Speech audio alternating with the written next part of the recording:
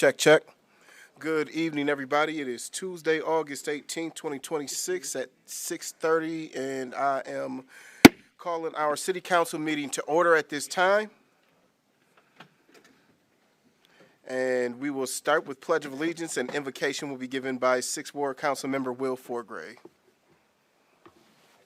Pledge allegiance to the flag of the United States of America and to the republic for which it stands, one nation, under God, indivisible, with liberty and justice for all. I would just ask that everybody takes a moment to pray or reflect or meditate on whatever they feel is appropriate.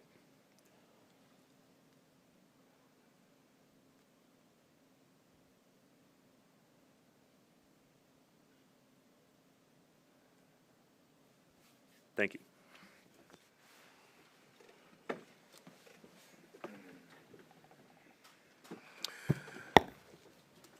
Madam Clerk, if you'll proceed with the roll call. Mayor Mahoney, Present. Councilmember Robinson, Present. Vice Mayor Dancy, Councilmember Gunn, Present. Councilmember Wood, Here. Councilmember Hunt, Present. Councilmember Forgrave. Here. All right, thank you, Madam Clerk. That brings us down to the adoption of the agenda. I'm looking for a motion and support. So moved. Support. It's been moved and supported. Any comments, questions, concerns about the agenda? Seeing or hearing none, the clerk will tally and display the vote.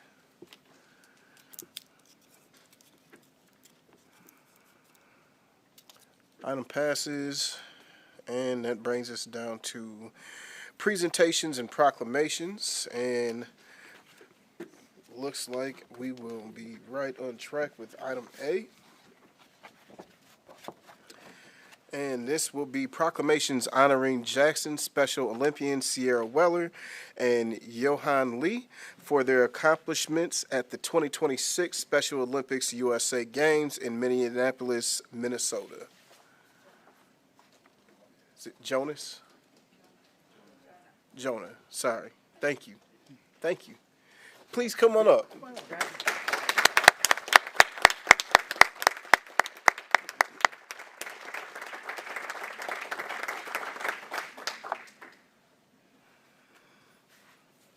So I will read this proclamation, and then I'll come around and join you on that side to present it to you. If you just give me a second and bear with me. Proclamation honoring Special Olympian Jonah Lee and Sierra Weller. Whereas the mission of Special Olympics is to provide year-round sports training and athletic competition for children and adults with intellectual disabilities, offering opportunities to develop physical fitness, demonstrate courage, experience joy, and share gifts, skills, and friendship with their families, fellow athletes, and the community. And whereas Special Olympics Michigan Area 19 proudly serves more than 200 athletes throughout Jackson County by providing year-round training in 17 sports through the dedication of volunteer, coaches, and supporters, fostering inclusion, confidence, teamwork, and personal achievement. Whereas Jonah Yee exemplifies the very best of the Special Olympics spirits through his unwavering perseverance, commitment to excellence, and enthusiasm for learning and growing as an athlete in numerous sports, including kayaking, snowboarding, and swimming. Whereas Jonah dedication extends well beyond athletic competition. Through volunteerism and active participation in the Jackson community, he serves as a leader and an inspiration, demonstrating that true success is measured not only by medals earned, but by the positive impact one has on others. And whereas at the 2026 Special Olympics U.S. Games in Minneapolis, Minnesota, Jonah proudly represented the state of Michigan and the Jackson community by earning a gold medal in the 50-meter freestyle, a silver medal in the 25-meter freestyle, and a fifth-place ribbon in the 25-meter backstroke. An extraordinary accomplishment reflecting countless hours of dedication, discipline, and hard work. And whereas Jonah's achievements remind us that every accomplishment is strengthened by the encouragement of family, coaches, volunteers, teammates, and the broader community, and that together as a team, we can build a more inclusive community where every individual has the opportunity to succeed. Now, therefore, be it proclaimed that I, Daniel J. Mahoney, Mayor of the City of Jackson, do hereby recognize and honor Jonah Yee for his outstanding athletic achievements, his exemplary character, and his continued commitment to inclusion, sportsmanship, and community service. The City of Jackson extends its sincere congratulations to Jonah on his remarkable accomplishments and thanks him for serving as an ambassador of Special Olympics, a champion for inclusion, and inspiration to all who have the privilege of knowing him. His determination, compassion, leadership, and perseverance make our community stronger, and we celebrate the example he sets for athletes and citizens alike.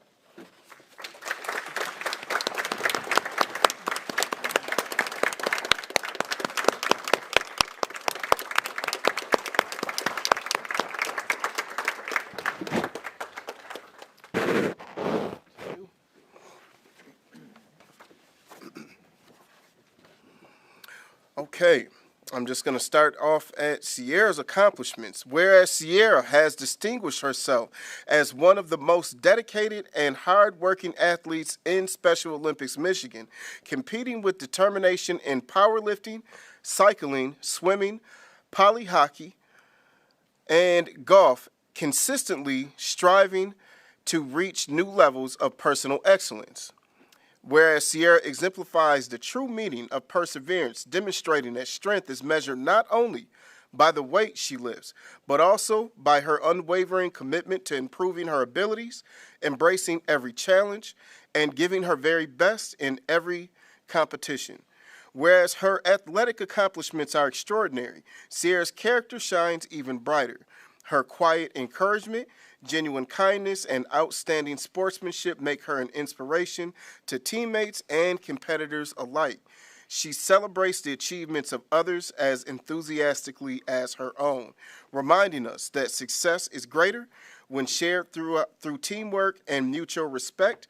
And whereas at the 2026 Special Olympic USA Games in Minneapolis, Minnesota, Sierra proudly represented the state of Michigan and the Jackson community with exceptional performances, earning a gold medal in the deadlift with an impressive lift of 314 pounds, a silver medal in the squat with 325 pounds, a gold medal in the bench press with 187 pounds, and capturing the overall gold medal with a combined total of 826 pounds.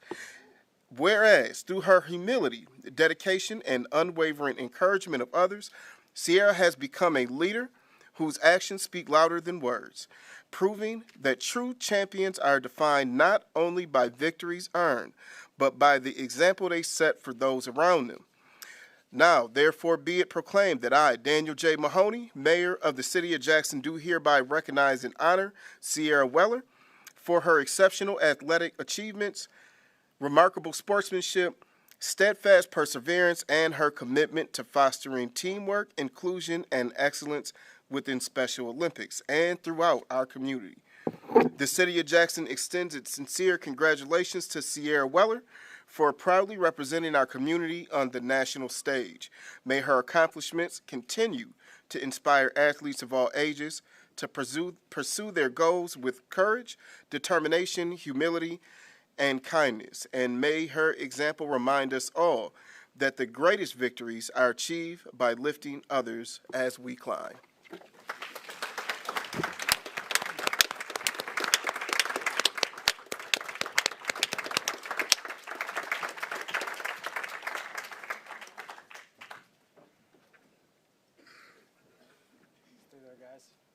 Does the overall gold medal mean that she won, like, the weightlifting gold medal of America? Like, does that what that means? Is that, that's really impressive. So the overall is the combined weight of deadlift bench and squat. squats and the bench press. So it's a combined weight. I don't think I've lifted 800 pounds cumulatively.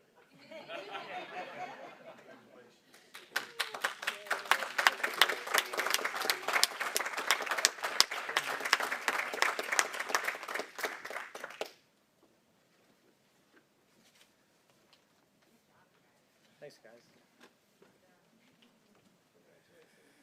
All right.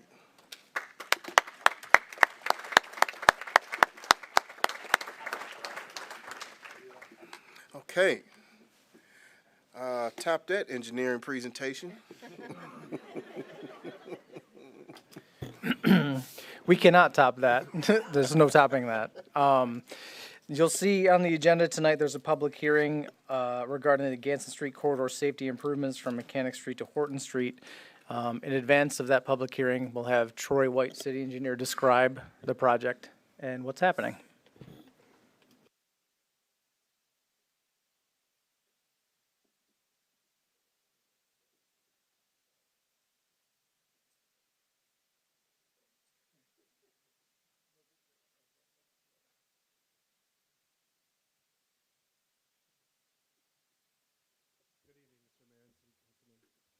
Am I on? Okay, good evening, City Council and Mr. Mayor.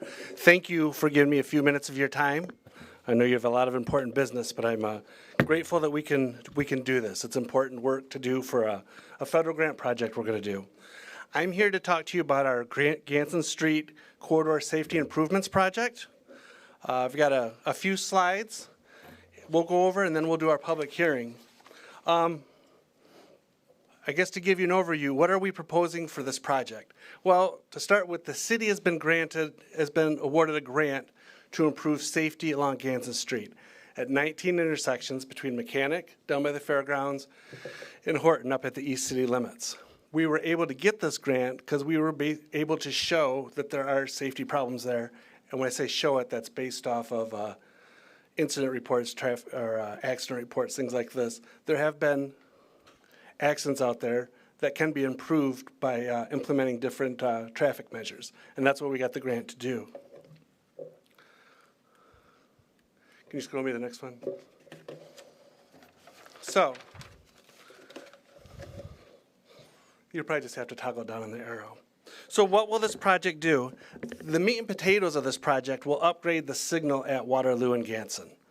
We're going to upgrade the signal to meet modern standards with it's going to match the rest of our most of our signals in town with a modern mast arm mounted signal heads in a box configuration, and we're going to be adding pedestrian crossing signals at that intersection. Currently, there are no pedestrian signals at that intersection, but we do know there's a lot of pedestrians there.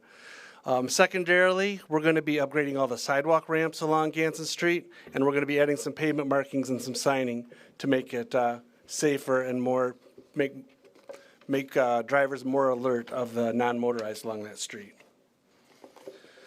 So, why are we having this public hearing? Why am I up here talking to you? This project is being funded with federal money, like I said, and it will impact access to the MLK Quality Trail down at Mechanic Street, and it will impact access to Loomis Park up at the east end. When we use federal money for projects that will impact those public spaces, we have to have a public hearing, and that's what we're going to do next. The point of the public hearing is to hear constructive commentary and make sure that's worked into the project when appropriate. Quick rundown, this is the crossing at Mechanic Street. It's not a signalized intersection, but we're going to upgrade the signing for retro reflectivity, make it brighter. And we're going to put in some advanced warning signing, and we're going to do some pavement striping to make that trail crossing more visible to motorists. Like I said, at Waterloo, this is the meat and potatoes of the project. We're going to be rebuilding the traffic signal. We'll align the crosswalks so that they're, right now they're kind of crooked because the roads are a little askew, and we're going to be improving pavement markings and adding those pedestrian signals. And then lastly, up and down the street, at some of the more heavily crossed intersections, we'll be upgrading the signing for more retroreflectivity, and we will be adding some more advanced warning signing and doing some pavement markings. We're going to the goal is to get this out to bid in February, start construction next June, and then they'll work on it. One thing that's really difficult about projects that involve signals is the lead time on the steel for the mast arms. Really, there's not a lot of control of that because there's such limited supply for that. But we'll get going in June, and then we'll probably get it done within probably 9 months. So I guess at this point, that's the extent of my short presentation. If you guys have any questions, I'd be glad to answer them. If not, I would request that you hold the public hearing and we can meet that requirement that is there for us. Thank you so much. Are there any questions from council? Mr. Mayor, Yes, sir. can you remind me about how much of this project is going to be paid for from the grants? We have to pay 20% of the construction cost. Gotcha, thank you. And so for us paying 20%, that unlocks the remainder. Correct. Thank you.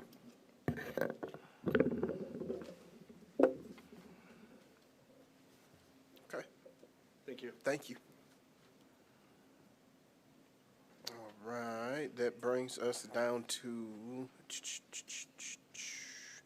item 6, public hearing. Looking for a motion of support to open a public hearing on Ganson Street corridor safety improvements from Mechanic Street to Horton Street. So moved. Support. It's been moved and supported. All in favor, say aye. Aye. All opposed, the same. Public hearing is now open. Just want to get us started by reading the rules for speaking before the city council during the public hearing portion of the meeting. Rules are just a little bit different than the regular citizen comment. Number 1, each speaker will state their name and address. Number 2, during public hearings, the city council may enact a timeline on all speakers to ensure that all present get an equal chance to speak. Council members and/or staff may answer questions during this time. Number 3, comments made during the public hearing shall remain relevant to the specific topic of the hearing. Number 4, each speaker should be polite and courteous to the council and members of the public in attendance.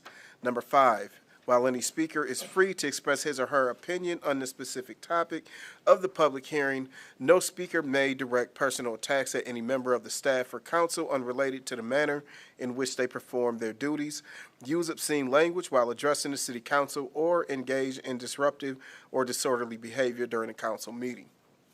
Number 6, should the mayor determine that any of the items listed in number 5 occur, the mayor may declare the speaker out of order. If a speaker is declared out of order by the mayor and refuses to cease and desist from disruptive or disorderly conduct, the mayor may order the person removed from the meeting. Steve Johnson. Thank you. Steve Johnson, 1619 North Day Drive. Standing here in terms of the Ganson Street corridor. While it hasn't been discovered all the things going on, I suspect that there's going to be a flock technology used in this area, and I'd like to stand up and let you know that I find that in conflict with my constitutional rights of privacy. And as such, would like to speak out against it, knowing what I've learned today just from NPR. There's no monitoring of the use by the, Sergeant Schutte. Anyways, they can go and track whomever, whatever, and there's nobody monitoring this. I worked at Consumers Energy, downtown, One Energy Plaza, and Hayes Street, 28.2 years. All right? We have monitoring of monitors monitoring the monitors. So whoever accepted this technology or technologies like that really needs to look at establishing some form of monitoring so I don't have to read about it in the newspaper. Okay? So that's all I have to say. Thank you very much.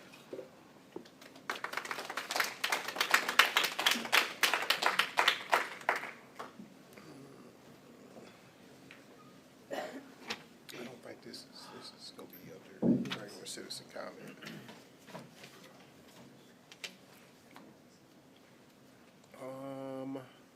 I don't see any other comments regarding this specific public hearing. I have an orange slip, but I think it's for regular citizen comment based on the comment on here. By nobody jumping up, I assume that's accurate. Okay, just make sure you get, Jimmy, can you just make sure you get me an orange slip? Yes, sir. Or a green slip, please. Thank you. I'm not in opposition or a proponent of this. I'm just speaking up that Jackson is making a lot of changes, and I'm very, very impressed and happy with the things that are going on. We're doing a lot of intergovernmental layering to get things done. There are at least one ward, though, that even though it does get certain resources, like perhaps low-income housing units or something like that, we do have one ward that hasn't benefited in the same way that, say, the MLK corridor has, or now the East Side has, or some of the other neighborhoods who are even just predominantly, well off.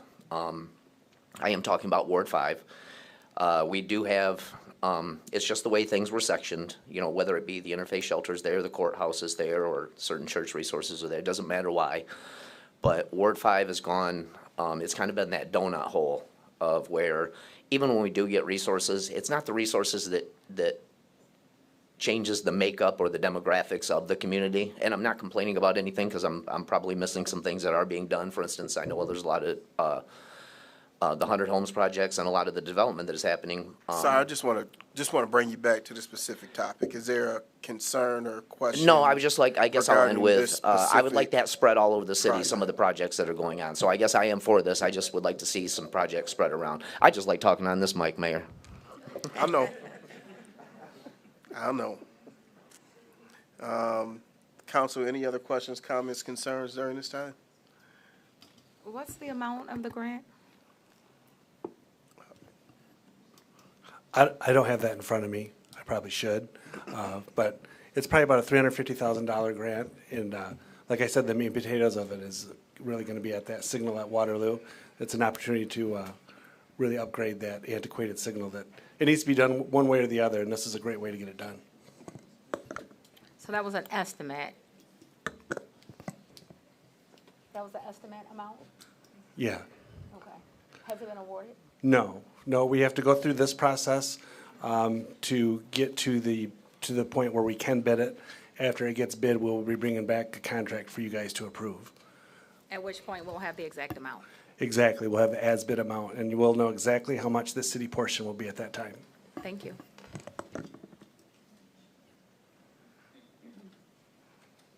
But for an estimate, we're looking at probably 350-ish. And if we have to pay 20%, then we're probably on for about 75 grand, maybe 100 to do 19 intersections. Correct. Is that about right? Yeah. Okay, thanks. And then just to clarify, where is the portion from the city coming from? That will be coming from major street funds.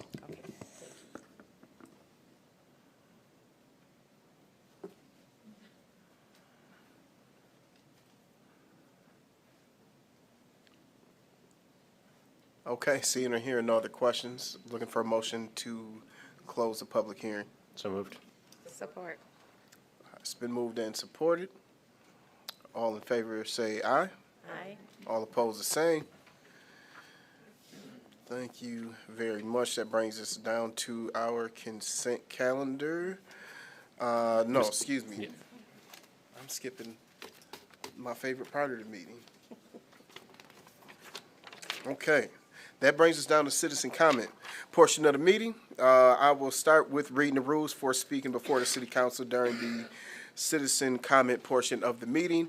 Number one, each speaker will state their name and address prior to addressing council. Number two, each speaker is limited to up to 3 minutes during the citizen comment portion of the meeting.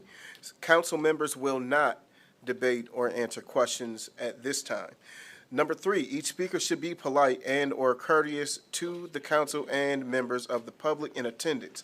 While any speaker is free to express his or her opinion on any subject, no speaker may direct personal attacks at any member of the staff or council unrelated to the manner in which they perform their duties, use obscene language while addressing the city council, or engage in disruptive or disorderly behavior during a council meeting.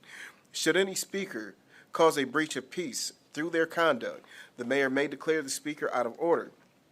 Number 5, if a speaker is declared out of order by the mayor and refuses to cease and desist from disruptive or disorderly conduct, the mayor may order the person removed from the meeting. Number 6, each speaker may speak once under public comment and may not yield their time to others. Lisa Salisbury.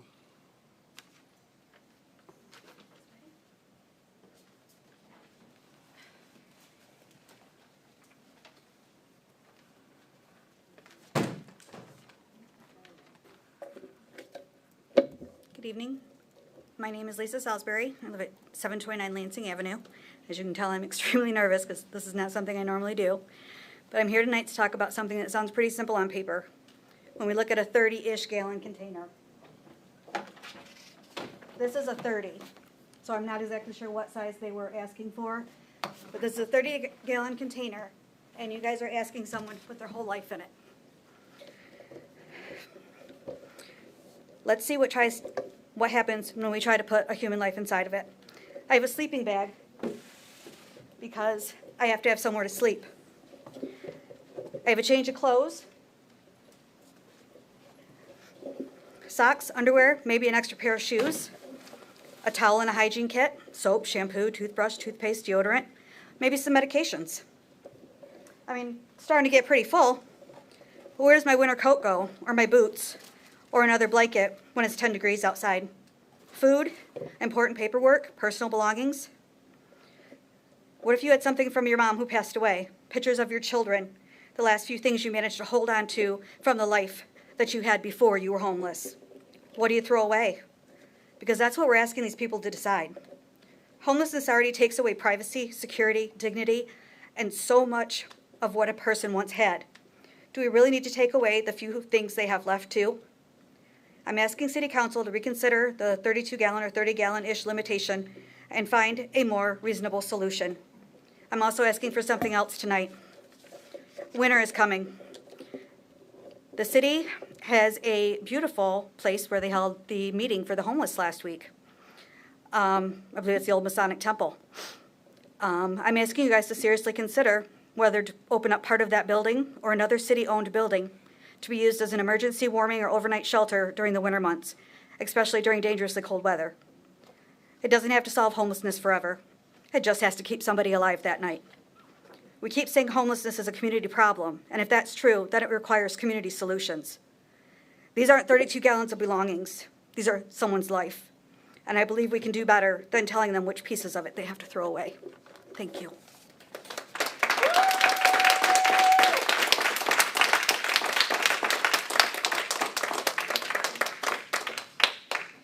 Nicholas Thurston.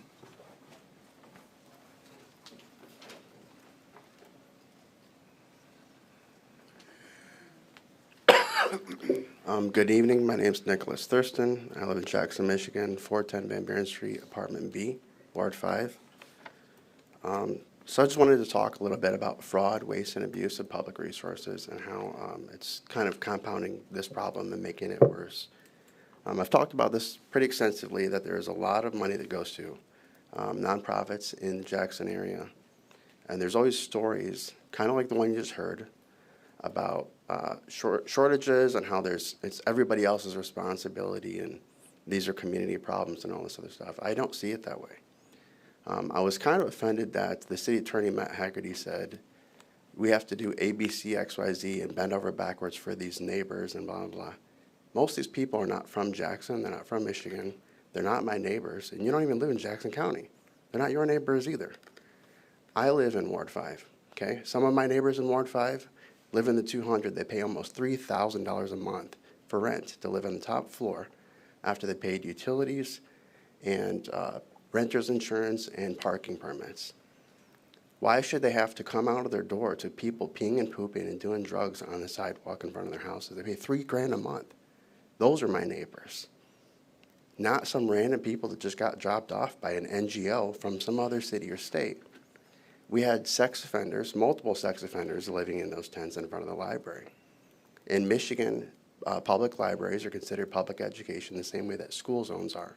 So things like drugs and sex offenders are not supposed to be happening in those areas.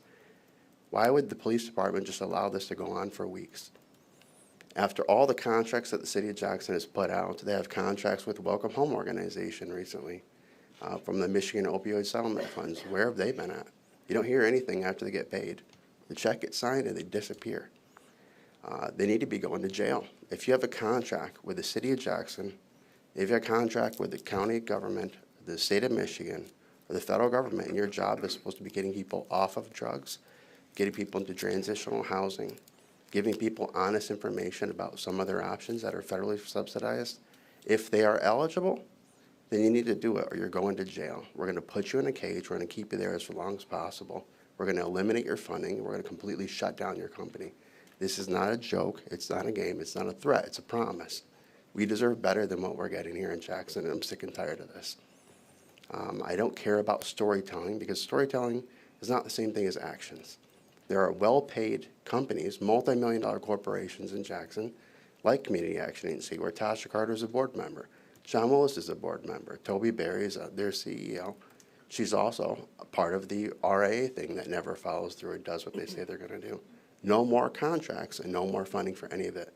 The police need to do their jobs. If people are doing what they're doing downtown, they need to go to jail, and so do the companies. Thank you. Nick Cook.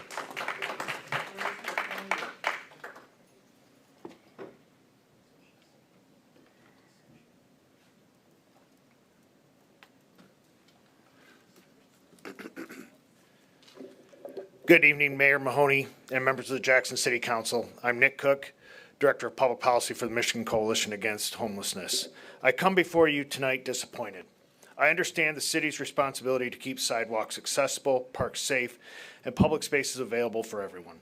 But I am disappointed that a proposal with such significant consequences for vulnerable residents has moved forward with so little meaningful engagement from those working on homelessness every day.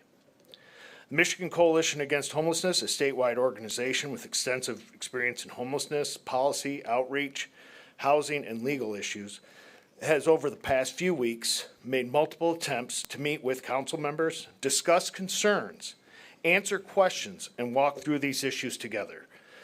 Those efforts were met with silence, no meetings, no invitations, no meaningful dialogue, despite serious legal, practical, and fiscal concerns raised in the coalition's letter.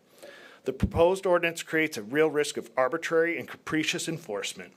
The coalition identified numerous unanswered questions. What qualifies as attended property? How long can someone step away before their belongings are considered abandoned? How will the 32-gallon limit be measured consistently? Without clear objective standards, enforcement will depend on individual judgment, creating the risk that people will be treated differently under the same ordinance. Research also shows that when cities remove encampments and store personal property, people rarely recover their belongings. A ProPublica investigation found that many people lost identification, medications, tools, family keepsakes, and survival gear, while property retrieval rates in some cities were only a small fraction of what was taken. And many times, cities just discarded items as a point of health and safety.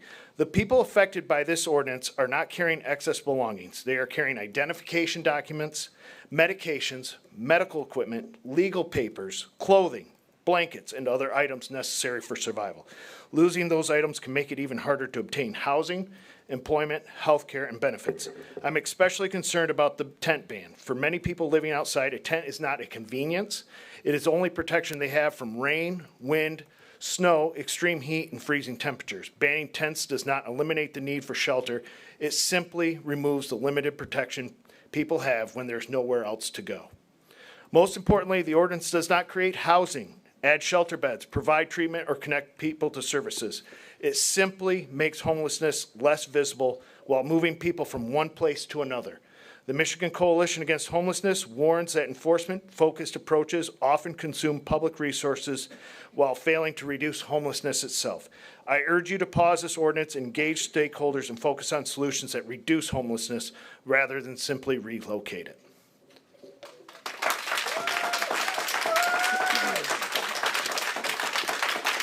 Christy Davis.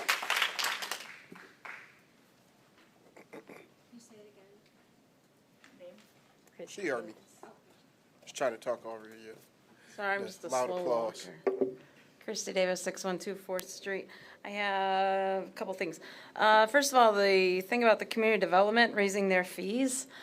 Community development seems to continuously raise their fees for everything, making developing the community more difficult and more expensive. Instead of them working outside of the city and working in other townships, maybe they should just focus their time and resources in the city. I'm sure one doesn't directly correspond with the other, everything, but I don't think we need to continue to raise fees all the time for residents. The other thing is, Jonathan, I had sent, I don't know if you had a chance to look at any of those ordinances I had sent you after the last meeting, but a bunch of them would help take care, I know you can't respond right now. A bunch of them would help take care of some of the homelessness issues downtown. Besides taking away people's belongings, I don't know what that would do besides just cause more frustration and anxiety. I, again, think that RIA needs to be checked into for a breach of contract because they were awarded T.A. Wilson for homelessness. They're doing, you're shaking your head, no, they can't be. Sorry, I know he can't respond, but he's shaking his head. Because if that's why they were sold the building, I don't understand why we can't hold them accountable. Same thing with the Jackson Housing Commission. Why can't they be held accountable to fix their buildings that should be housing a lot of people? When I was at the meeting this past week, one of the things that was very disturbing was when Tasha, it was great. Tasha went through her speech of all the different reimbursement grants, which was great. She explained what they all have to be used for, which is important for people to understand because all grants have to be used. Even when nonprofits get donations, you have to use the money for that specific thing. Otherwise, there can be a lot of legal repercussions for the people not using the money for what it was specified. But one of the things that bothered me was when one of the other members got up and said that some of the other groups, specifically Interfaith Shelter, should be giving them money to open the T.A. Wilson School.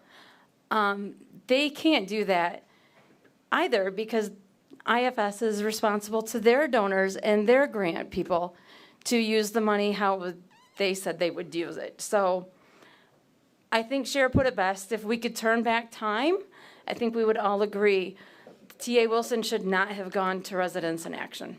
Thank you very much.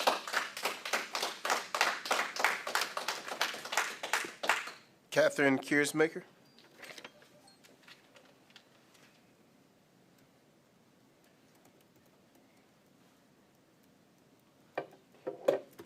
Good evening. My name is Catherine Kiersmaker. I reside at 1116 South Durand, and I'm going to lighten this whole load tonight. I have a request. I would like to see an ordinance passed to require males to wear a shirt in the downtown district. See, I've got a supporter. That's all I have to say. Please consider it. There's a lot of ugly out there.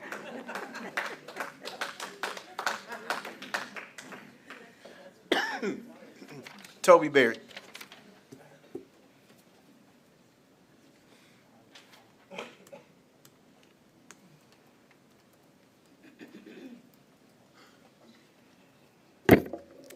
Good evening. I want to thank those of you who were able to make our meeting last week where we tried to demystify the homeless service system a bit. I hope we provided some good information.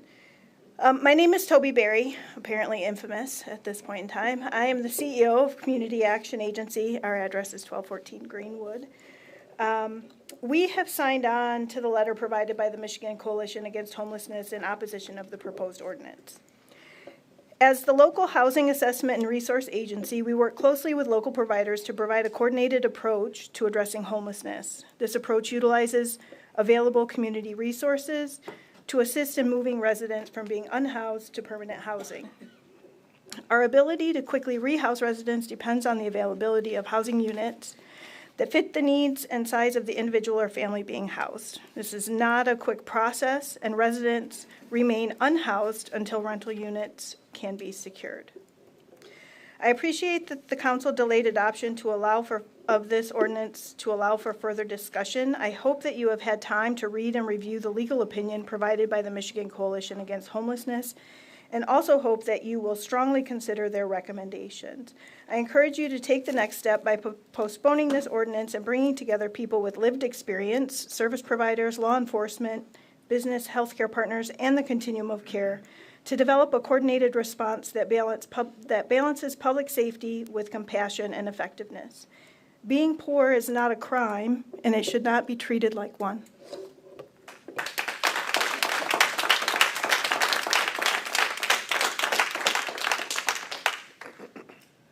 Patricia Goujon, thank you. Patricia Goujon, 225 Bate, Jackson, Michigan, 49202. I hope this is okay. 30 years ago, I was homeless with my 4 children. I had cancer. I had no family. I had no job. My youngest child was 5. I never expected to be homeless. Never.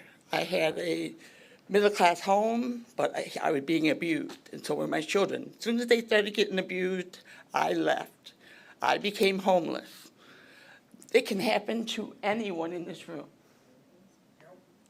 Now I have our neighbor's keeper, and I help the previously homeless, and I give them free furniture and household goods. And my nonprofit does, I should say, not me. But we're all volunteers. We're giving back. And I would hate to think that a homeless person would have to give up their stuff. When I was there, and I know what it felt like, and I know what life is, and it's awful, and it comes from my client tell me terrible stories of why they're there. And it's a tragedy is what it is. It's not a choice. It's a tragedy. And that's all I really wanted to say.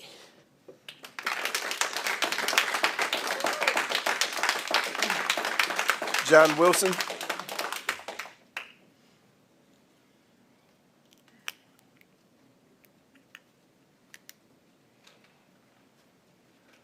Good evening, John Wilson, 1045 South Durant Street. Council will be voting to receive the engineer's report for street reconstruction on Morrell Street from Brown Street to Bowen Street. Council will also vote to receive the engineer's report for street resurfacing on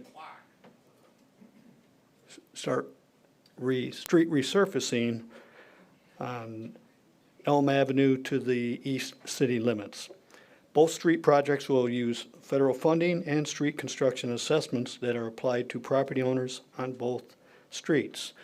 Homeowners along Morrell Street will pay up to $6,400 for that project. Businesses much more in Queens Parish, their project cost is projected to be $50,000. Homeowners along Page Avenue will pay up to $2,000. Businesses and rentals much more. These projected assessment taxes are too high and unaffordable for many.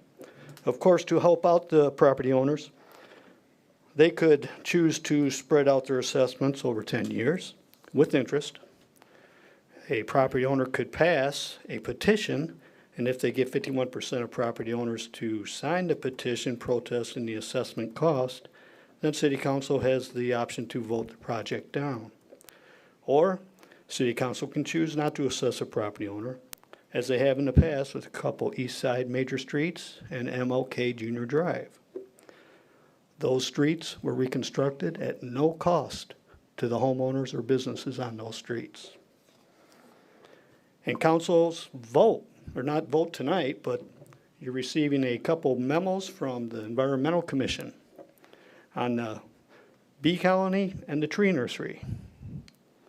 It is this type of non-essential spending, if you go forward with this, with the bee colony and the tree nursery, that the council spends on and then turns around and has to assess a homeowner, property owner, thousands of dollars to have their streets fixed. Thank you.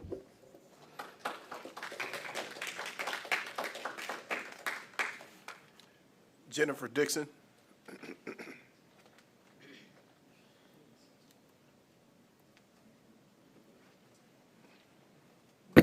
Oops, sorry. My first time doing this.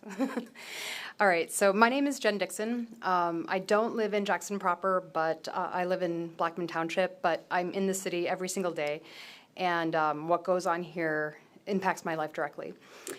The reason I'm speaking today is because I'm interested in civic engagement. As the first line of the Michigan Constitution states, all political power is inherent in the people.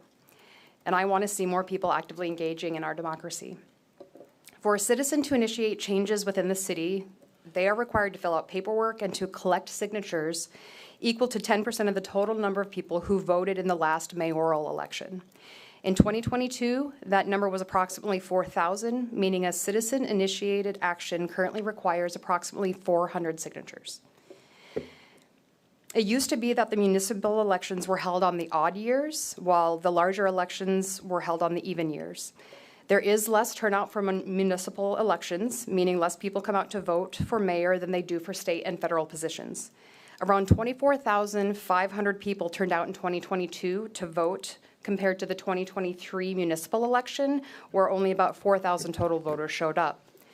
In 2023, the city council here voted to move municipal elections to even years, aligning them with the larger attendance state and federal elections.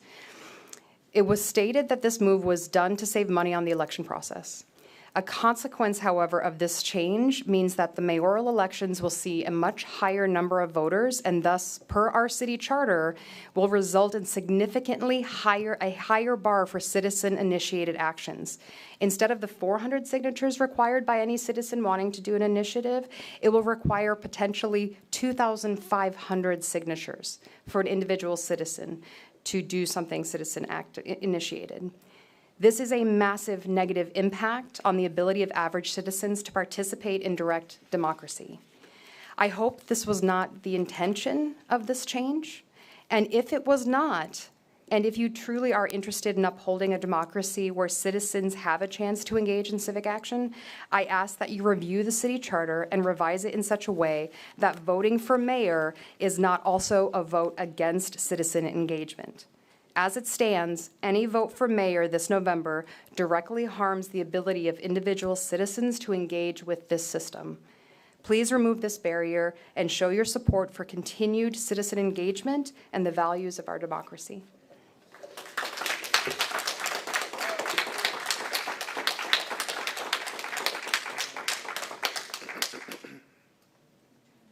Cindy Evie.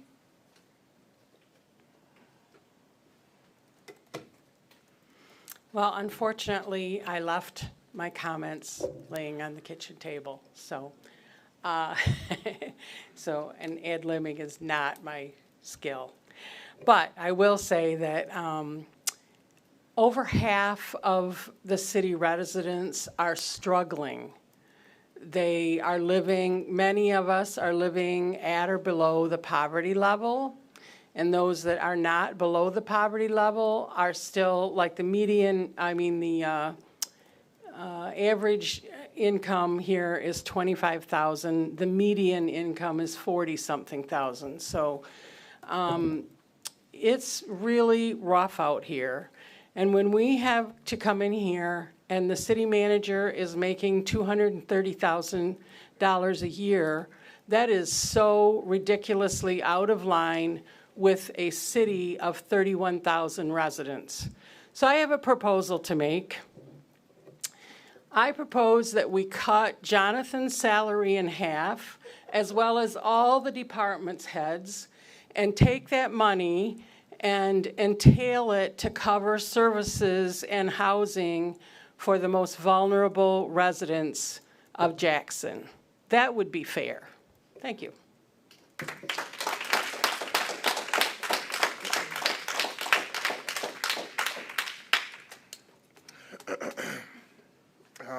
Ella Scott.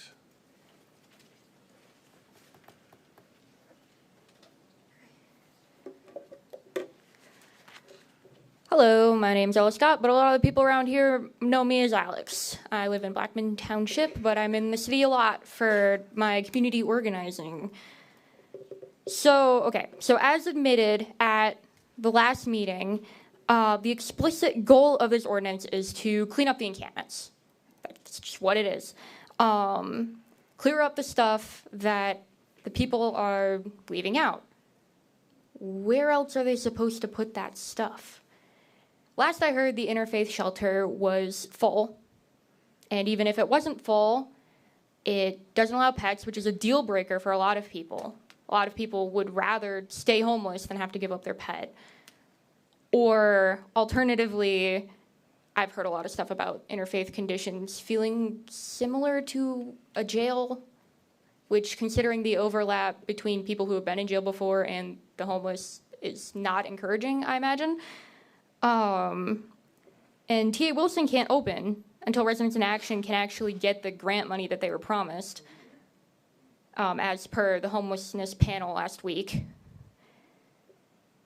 So they just can't stay in the city, I guess, so they go to the townships. But when they go to the townships and people are like, hey, let's take these people in, they say get sued by their township for doing that.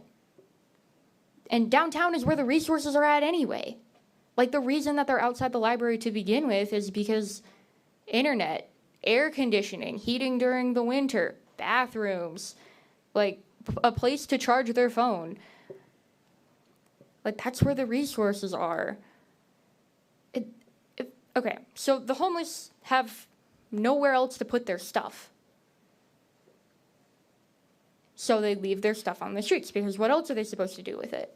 So then this ordinance is looking at that and going, okay, so this stuff is just here. Let's impound their stuff. So, but if they have nowhere else to put their stuff, and you're taking their stuff for them just leaving it out because they have nowhere to put it, then you're effectively punishing them for being homeless.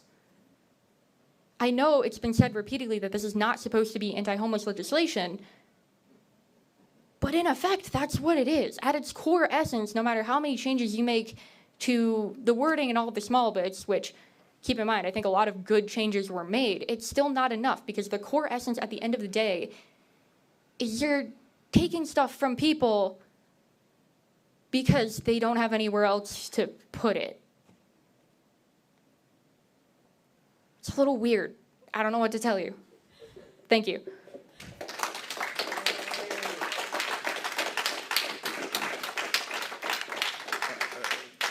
Devin Cordray.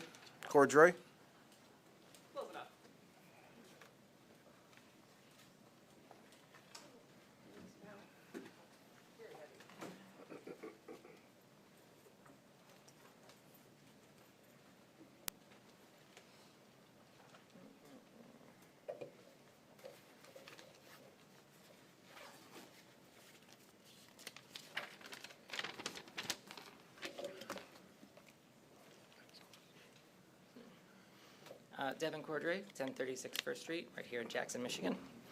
And I thought that I would do a little demonstration for everyone about how much actually fits in a backpack. What is our essential gear that we're carrying around if we're homeless? Because what are you going to bring with you if you got nothing else but a backpack, right? So here's what we got in this very large and very heavy, hard to carry around backpack. We've got some underwear, 2 pairs of socks. We got 2 pairs of pants, 2 shirts. We've got a couple toiletries in here because, you know, we're gonna need those. We're gonna need the medications we need to stay alive. We're gonna need our important documents, deodorant, toothbrush, hairbrush, toothpaste. But that's not the most important thing in this bag for me. The most important thing in this bag for me is actually the thing that takes up the most room.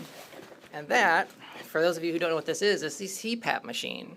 So if you're blessed with sleep apnea like I am, you stop breathing when you sleep. And so you have to be hooked to this lovely machine to make sure that you don't die in your sleep.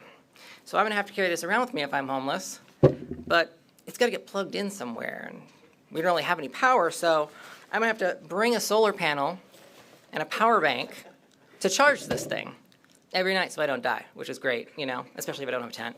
So what's in this bag is important, but what's not in the bag is also important.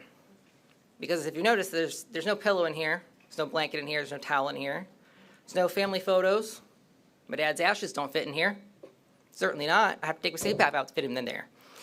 So what it comes down to, this legislation, is you've all, whoever in general, looked around and thought it was a good idea to pass this ordinance. Instead of putting yourself in the shoes of your unhoused neighbors for 1 second, because that is uncomfortable, you decided to be cruel instead of kind and create more barriers for them. You decided to weaponize the ADA against the homeless in Jackson when we have plenty of ADA concerns that are not being addressed. You're making people fight harder just to have their own basic life and dignity. And you're suggesting that people should be pulling themselves up by their bootstraps and then taking the boots off their feet. So that's all I've got to say.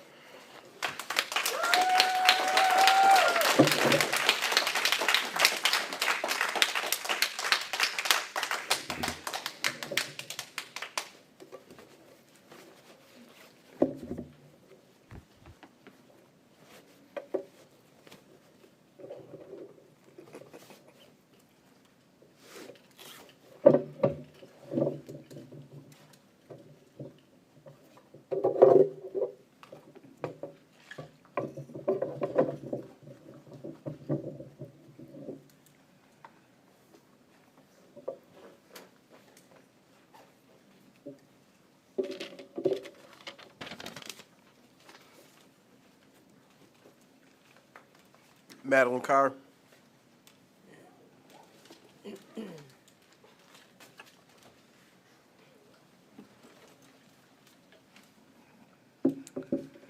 Madeline Carr, Brooklyn, Michigan. I am speaking out in opposition of this personal property ordinance and asking City Council not to pass this harmful policy in any way, no matter how many times you claim that this ordinance is not discriminatory or an attempt to criminalize homelessness. We know the truth. That in practice, this ordinance will have disproportionate negative impacts on the unhoused.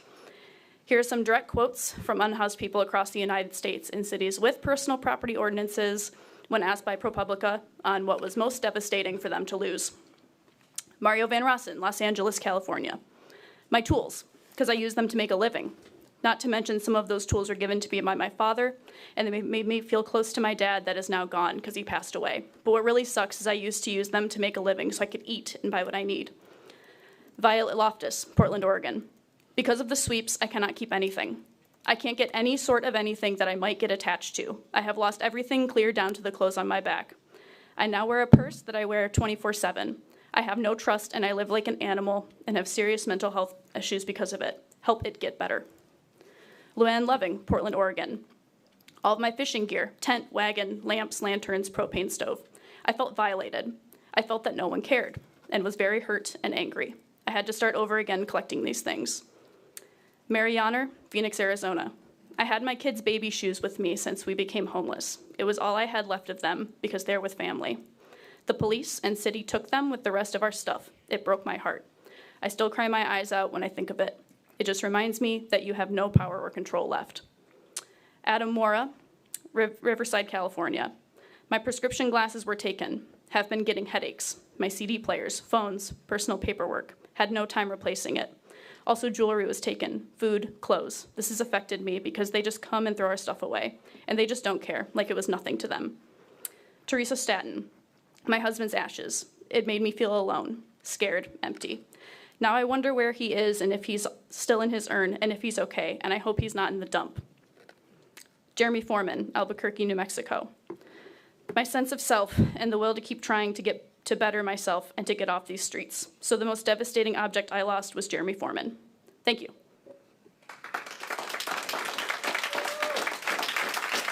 Sam Kloos.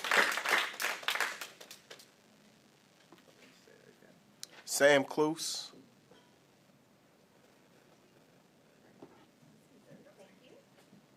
Public nuisance coming through.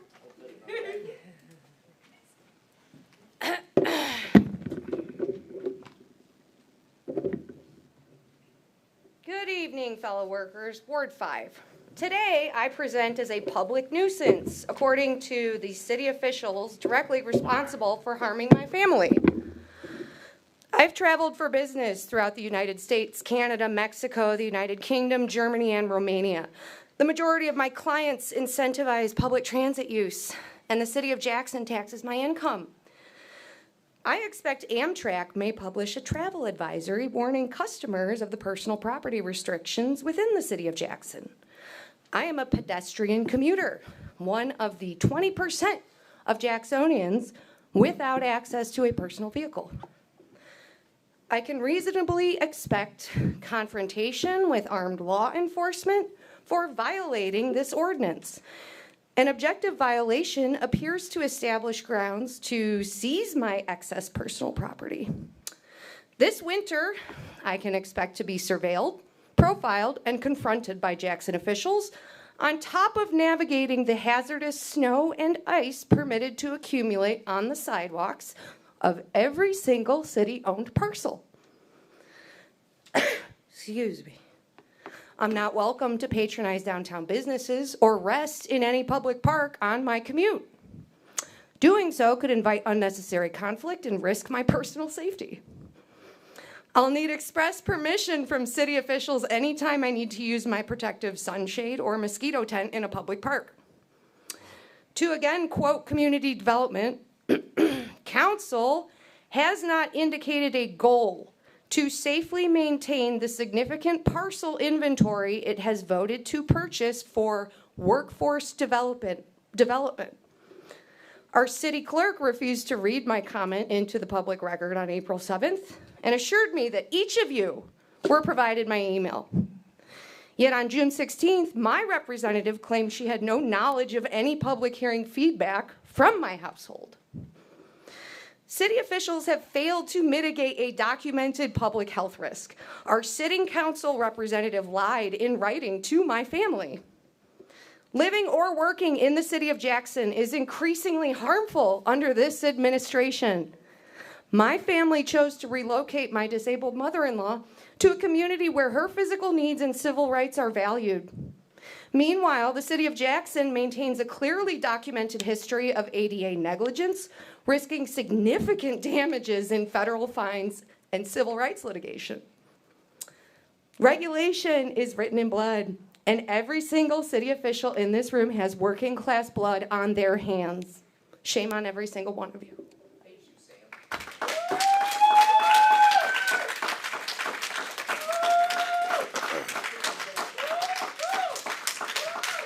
John C. King.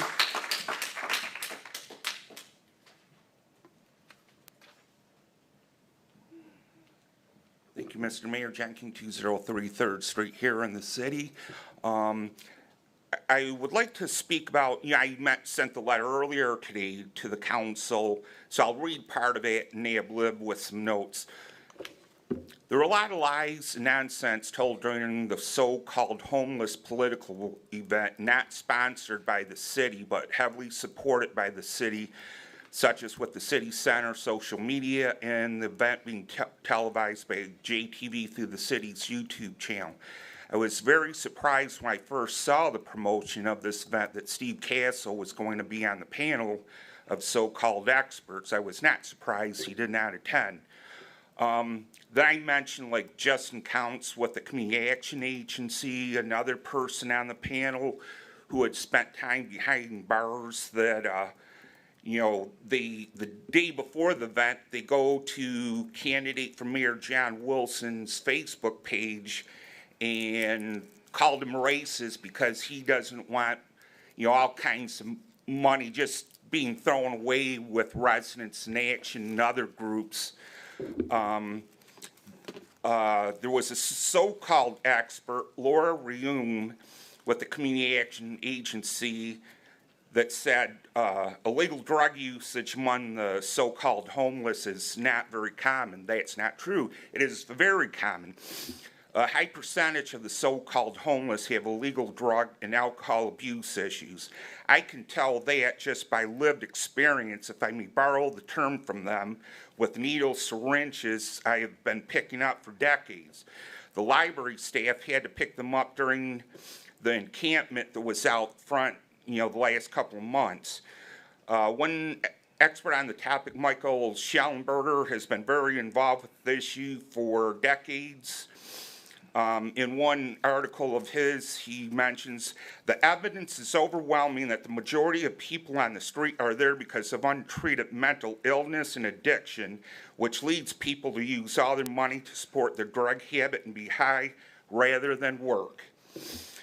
A thing that's been concerning me was Ryan Tarrant at that event, and I had seen some pictures where I'm thinking he's promoting Residents in Action and that nonsense. He's the president and CEO of the Jackson Chamber. He got the National Chamber of the Year award by blowing smoke, I guess. The chamber his job is business and visitors. You know, he's got one job to do, and with the punitive parking plan, he really screwed the pooch on that. And we're going to have him now push this nonsense. Thank you, Mr. Mayor. Charlotte O'Sullivan.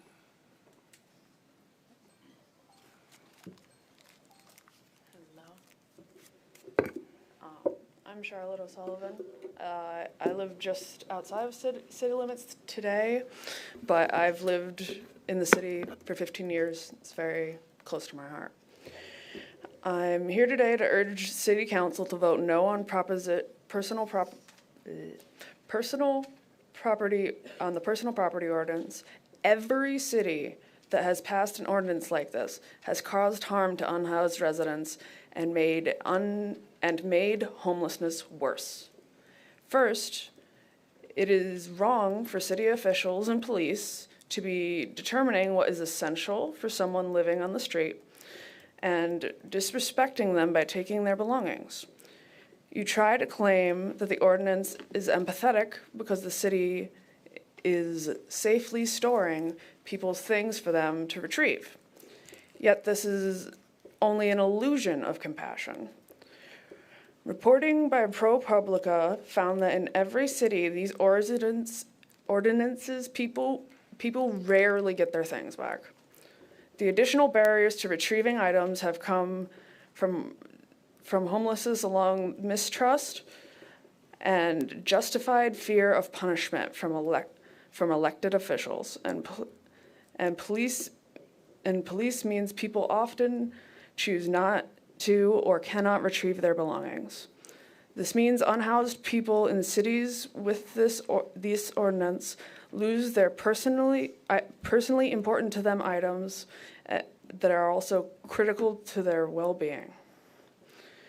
We can also see that in cities that have passed similar ordinances, there are clear negative physical and mental impacts on the unhoused. For example, researchers have found that having tents and tarps confiscated have forced people to sleep rough in the elements. People lose medications and medical equipment. People forgoing medical treatment over fear of leaving their belongings and having them confiscated.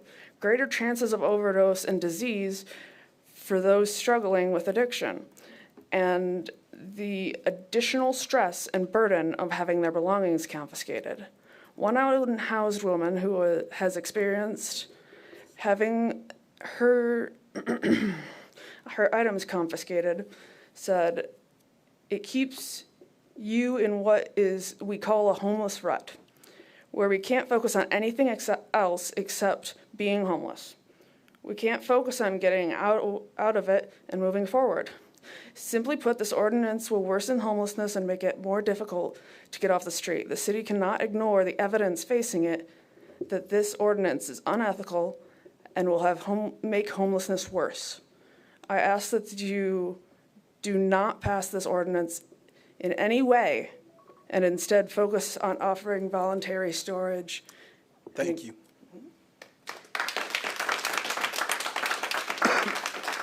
Alyssa Willis.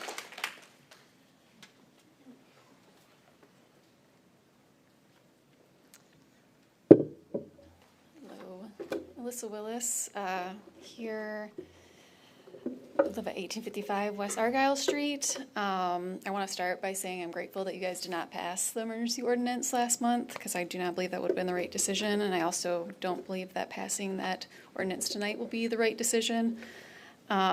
I was at the community conversation that took place recently about the unhoused situation and hearing from the different organizations that are in the area.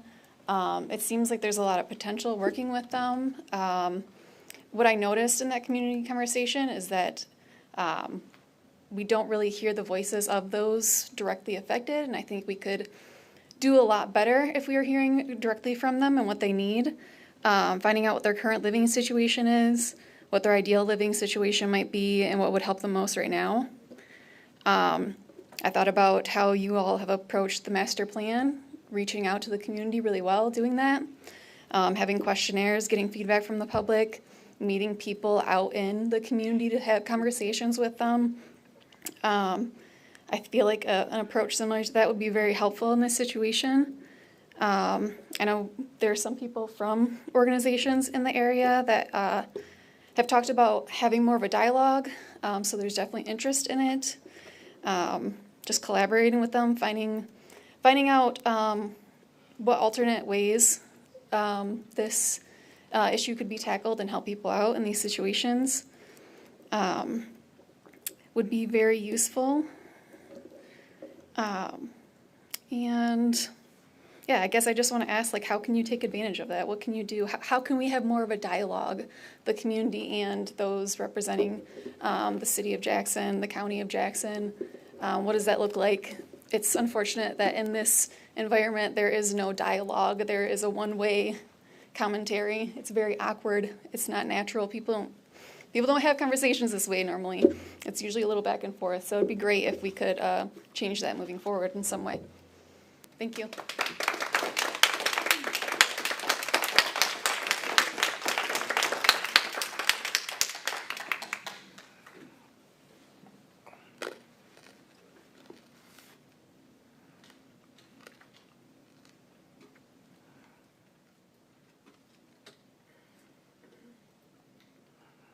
That will conclude our citizen comment portion of the meeting.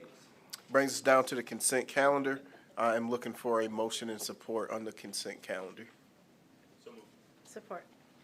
It's been moved and supported. Any questions, comments, concerns, additions, deletions from the consent calendar? Seeing or hearing none. All in favor say, refresh your voting apparatuses. If you will, please, and then the clerk will tally and display the vote.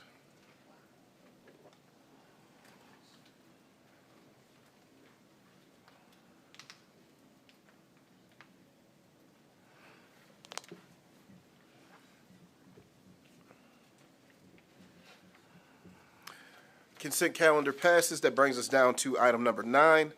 Looking for a motion and support to approve the second reading and final adoption of Ordinance 2026-03, amending Chapter 17 of the City Code to prohibit the storage of unattended and accessed personal property in public rights of way, sidewalks, and parks.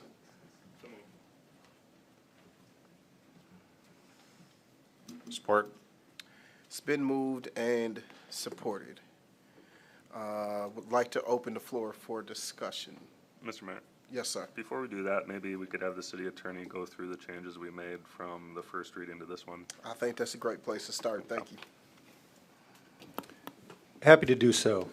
Thank you, Mr. Mayor and Councilman Forgrave. So, as council's aware, the first thing you decided to do was move this forward as a regular ordinance and not an emergency ordinance. This, of course, required a first reading, which happened at the last council meeting, a second reading, which you're undergoing right now, and then in the normal course, if passed, the ordinance would take effect 30 days. And that's a minimum. You could actually, and we've done this in other ordinances, the one that comes to mind is the smoking ban that council adopted several years ago. You can extend the effective date, so 60, 90 days, if you want. I'm just pointing it out for reference, but otherwise it goes into effect 30 days after. So you removed the emergency declaration. You also removed any civil infraction penalty, so any monetary fine. There is no monetary fine whatsoever associated with any violation of the ordinance. It's just a storage and retrieval ordinance at this point, regulating conduct across the board, regardless of your housing status. Third, there's a separate logging and storage of essential personal property. So we're talking about things like IDs, medications, money, other what's defined in the ordinance is, quote, essential personal property. There's an extension in the downtown, the DDA district, of a 4-hour minimum notice for removal in the DDA district. That was a change from 2 hours to 4 upon council recommendation after debate at the last meeting. And that, again, that's a minimum. And then lastly, the final two, there is no reference to pets or animals whatsoever, so we're obviously not going to store any living creature or someone's pet. And then lastly, there is an opportunity in limited circumstances to extend that 30-day storage period extension in writing. So if someone's hospitalized or has other extenuating circumstances that doesn't allow them to retrieve their property within the 30-day window, they could make that request, and that would be granted by city staff in order to give them some additional time to retrieve those personal items. Again, as Manager Green pointed out, we have 2 shipping containers, so any property that is retrieved and stored under the ordinance were to be adopted would be stored on city property and be able to be retrieved. So that's an overview of the changes that you made from the last reading, and happy to answer any other substantive questions on the ordinance itself.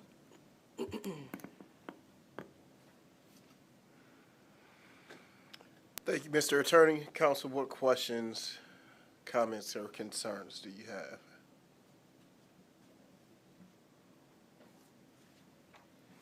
So can you just clarify, the vote tonight is on the second reading? Are we actually going to vote on passing the ordinance tonight? Passing the second reading would pass the ordinance. That's correct. It would be adopted after second reading, correct. Okay, thank you. And it would take effect 30 days after. As presently constituted, that's exactly right. Okay. So about September 17th, it would be on the books.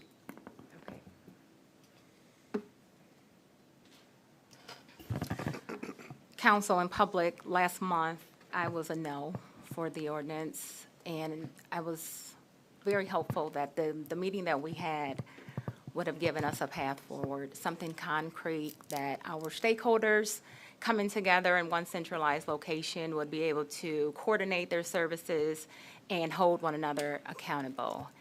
And I sit here tonight because that did not happen, that did not occur, and my position remains the same.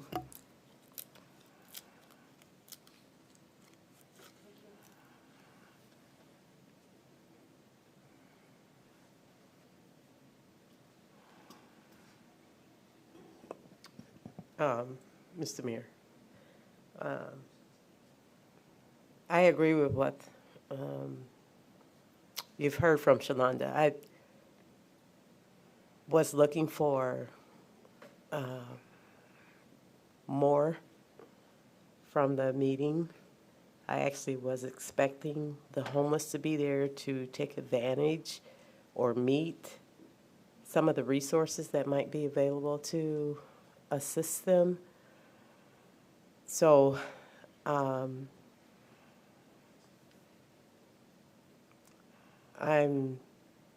not going to support the passing of the ordinance because I feel the homeless people have been shifted. Well, we know they have been shifted.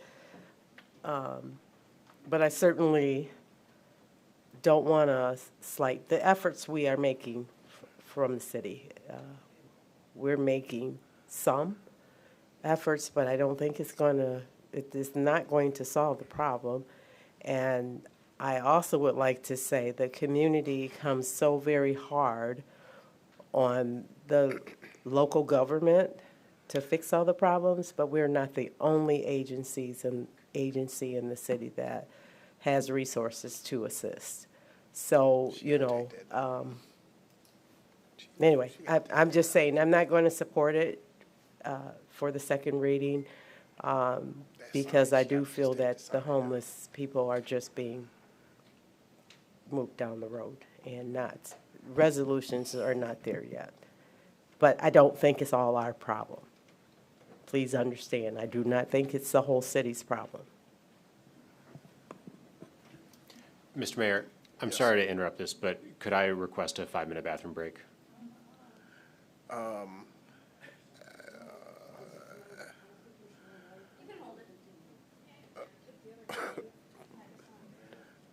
right. Would it be amenable for us to finish the Let's see how long this goes, I comments guess. at least? Yeah, sure. I don't particularly want to go to a break with the motion on the floor. I understand. But Thank you. understand if it's an emergency. then we can take it. I'll be a grown-up. And I'm sorry, before we move forward in any comments or move forward at all, I'm just gonna kindly ask that you put the sign down. It absolutely is, but it is very disrespectful, and I want to call it out. It's not that I care that I see it, but there are public, and there are children, and there are families, and there are people who watch this that do not deserve to see that. I'm sorry. It's very rude and disrespectful, and so I'm going to give you the attention that you're seeking by telling you that it's rude and disrespectful, and it's very inappropriate. I'm sorry. Nobody was talking to you. That's very rude and disrespectful. It's constitutionally supported, however. Okay. This is why you can't get elected to anything. That's a low blow. Mr. Mayor? No, it was a direct blow, because that's rude. My children watch this. That's rude So just ignore and it. disrespectful. Just ignore it. I don't choose to today. I'm making time not to today. I'm making time not to ignore it today. And I'm sorry to council for that interruption, but I think that sometimes bullshit needs to be called out for what it is. Because that's trash. We need to call this meeting to order. Thank you. I'm asking that everyone cease any comments right now. This is not how a public open meeting should be held. This is unacceptable. I have family, I have friends, I have community members that are also watching this meeting. This is enough. To everyone that has made an inappropriate comment. Unbelievable. Is there any other comments on the motion that is on the floor? I have a couple rhetorical questions for the city attorney. How many times is the word homeless used in the ordinance? None. How many times is the word unhoused used in the ordinance? None. All right, thank you.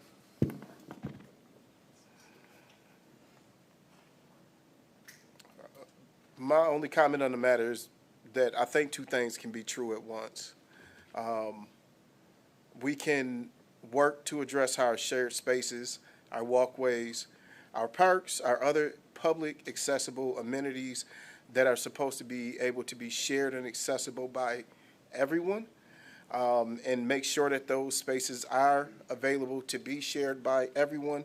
And we can also make sure that we are fostering a place where conversation between all those who work in the space of helping homeless people, and we have even put our money where our mouth is, not one, not two, but 3 years in a row, and making sure that no homeless person has to sleep outside during the roughest months in this state. I think that we've proven that.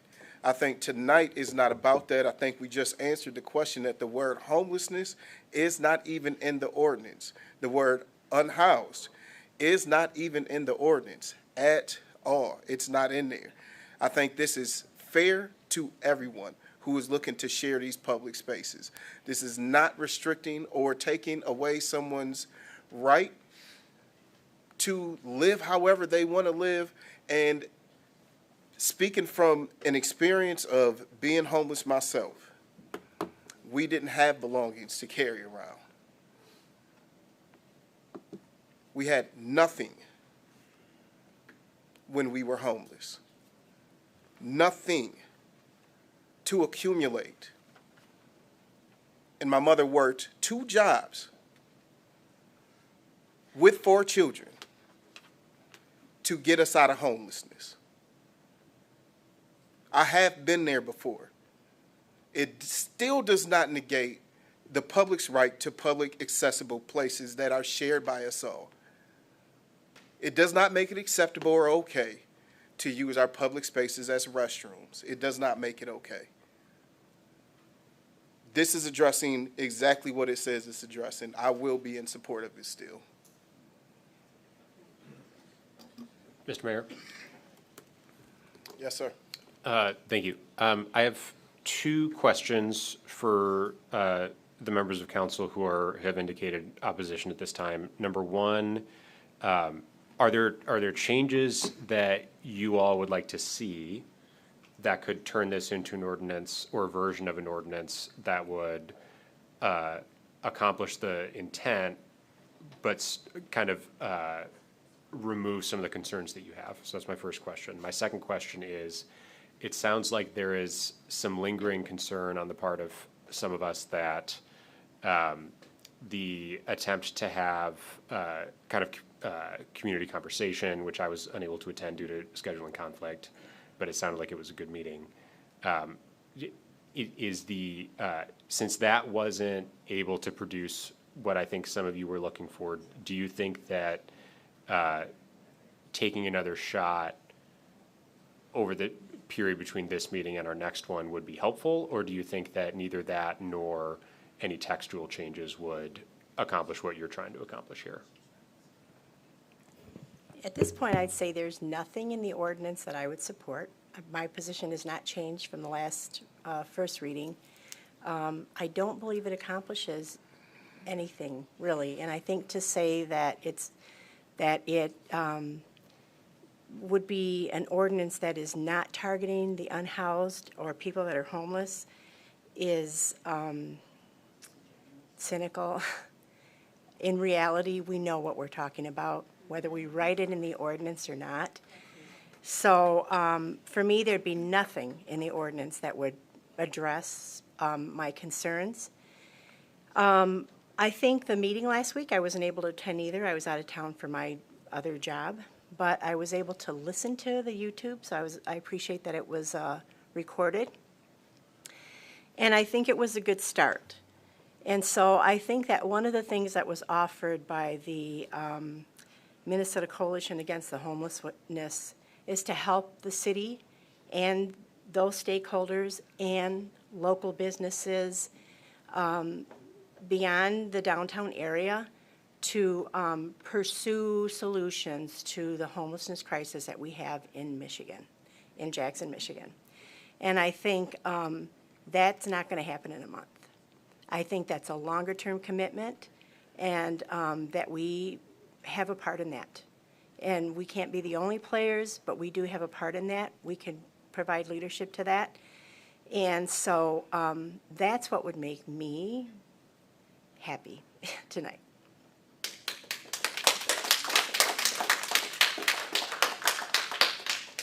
Mr. Mayor,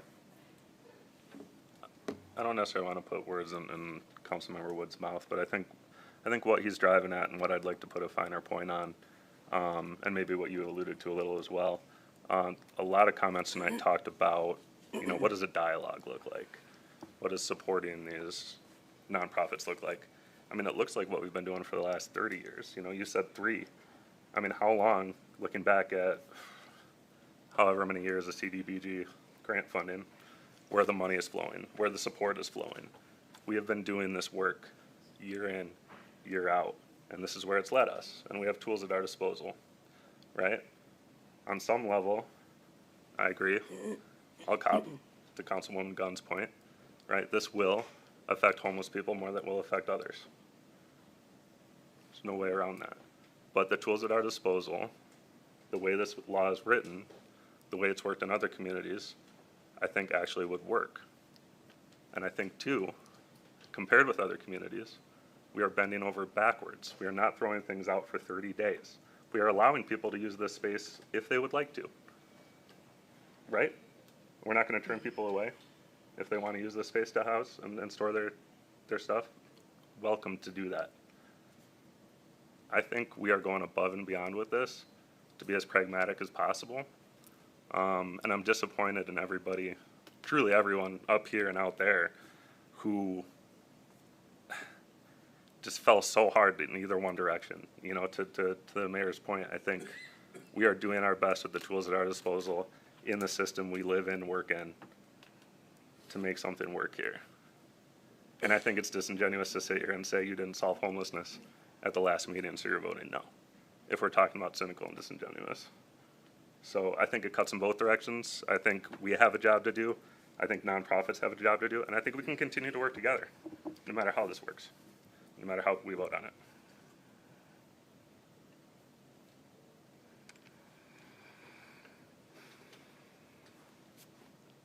Any other comments, questions, concerns, discussion? Mr. Mayor, I appreciate the comments that every other member of council's made. I know we all respect each other, and I know this is a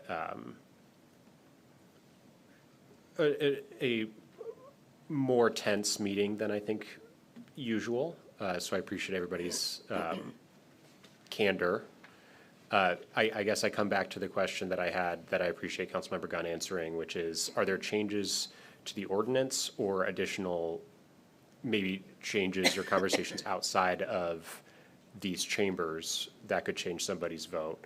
The reason I ask that is because it seems like we've got 3 no votes, which means this is going to fail. And so I think the options before us practically are it fails or it's postponed and is worked on and comes back in a different shape at a future date. So I guess I'm curious where council members Robinson and Hunt are on that question, because I think that just helps us get to the end of this discussion.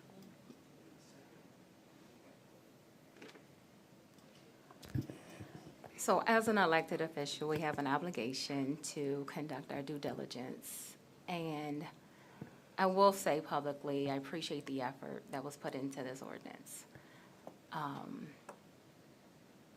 Certainly not being disingenuous by any means, but the encampment is in Ward 5, and I'll just bring it all the way home. And I sit here representing Ward 5, and I've had countless conversations with the individuals, many of which really don't appreciate the option that we are providing them to store their belongings.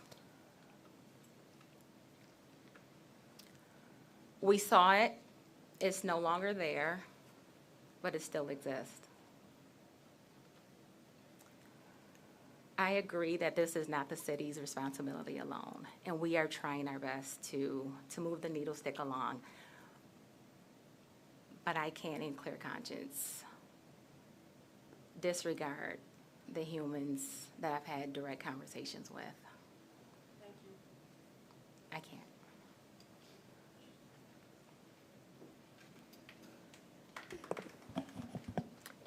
All right, here's my desire as I spoke to this last meeting. And I'm not saying that the agencies that have resources that individuals may need, I guess I'm looking at it all the way around. I do feel the city is doing what they can. However, and I'm not saying that agencies do not, but I think I was looking for more of a proactive people coming forward that were homeless to say, I need this, that, and those things in order to work on not being homeless. You know, I don't know all the reasons behind that. And then I'm not going to say that the agencies don't have these services available, but how do we get everybody at the table so that we can resolve? I think the city's doing what we can, but it hasn't fixed the problem. And I was kind of shocked that none of the homeless that I knew, and I don't know all because I haven't had the opportunity to go to the library, but I did notice the change in the encampment not being there, but also, seeing that it's moved to another location.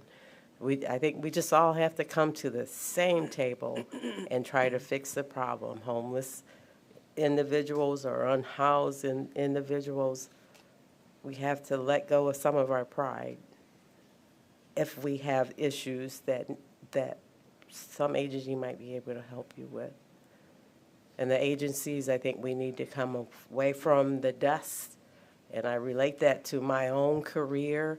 I had to leave my desk at the bank and go to the doors that needed me or see if they needed me. So I think of it in that manner. And then the city, we put it out here. We're having our meetings. We've had 2 meetings now where this has kind of flipped,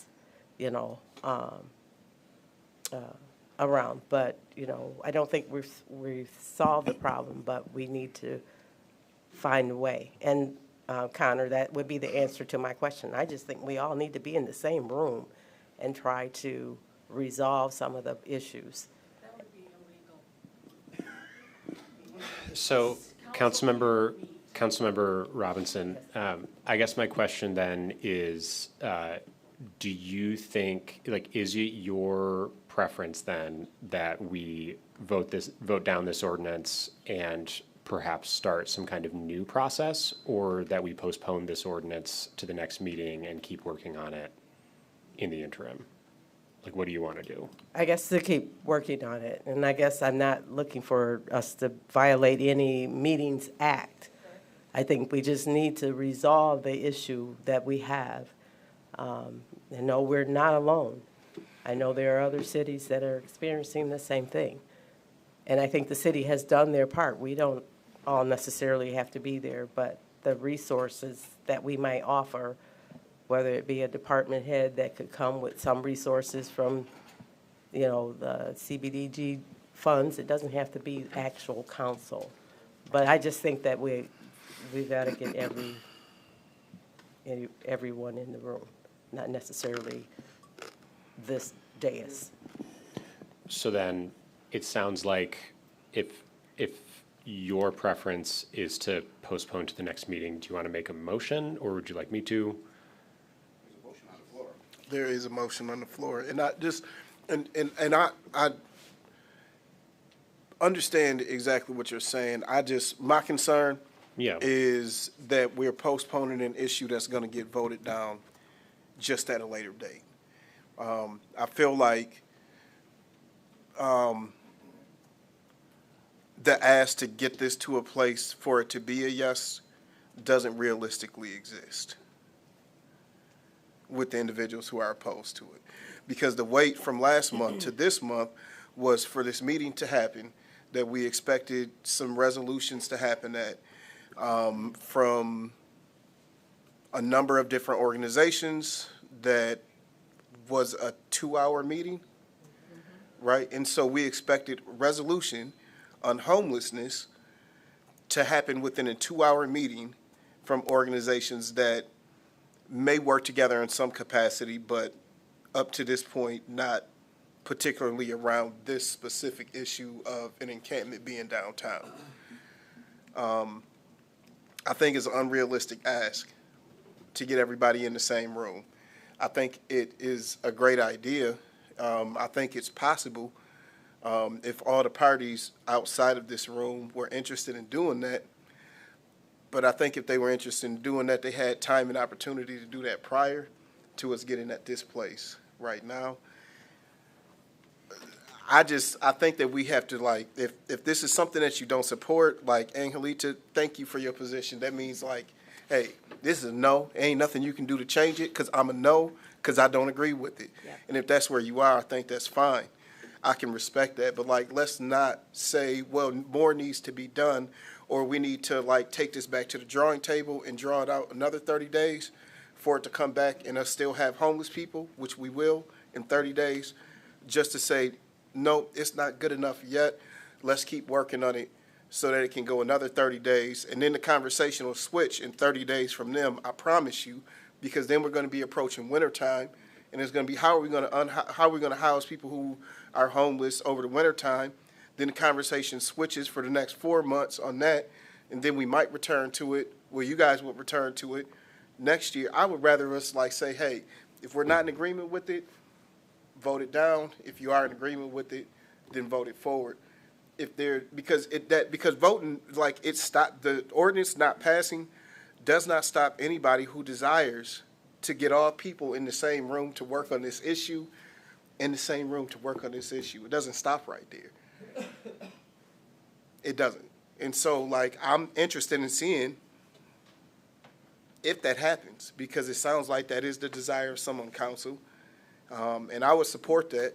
I just think that, again, there's two separate issues being talked about. Mm-hmm. There's our responsibility to manage our public spaces. It doesn't say homeless because it does not only apply to the homeless. In this case, is it the encampment that brought us to where we are? I think we all know the answer to that. But it does not only apply to them. This is the shared space of all of our parks for all of our 30,000 citizens and the other 150,000 citizens who live outside the county, or outside the city, but in the county, yeah, who are also impacted by the decisions that we make here. That's a separate issue from us saying what our part is to help with the crisis of homelessness. That is not unique to Jackson. It is not unique to Michigan. There are homeless people across the entire country. We're not going to solve it. We can absolutely do our part to work on it. I just think that these are two separate things, and it is okay. Rules are rules. I think we have rules for a reason. If you're unhoused, that doesn't mean that you shouldn't respect and follow rules still. If you are housed, it doesn't mean that you shouldn't respect and follow rules still.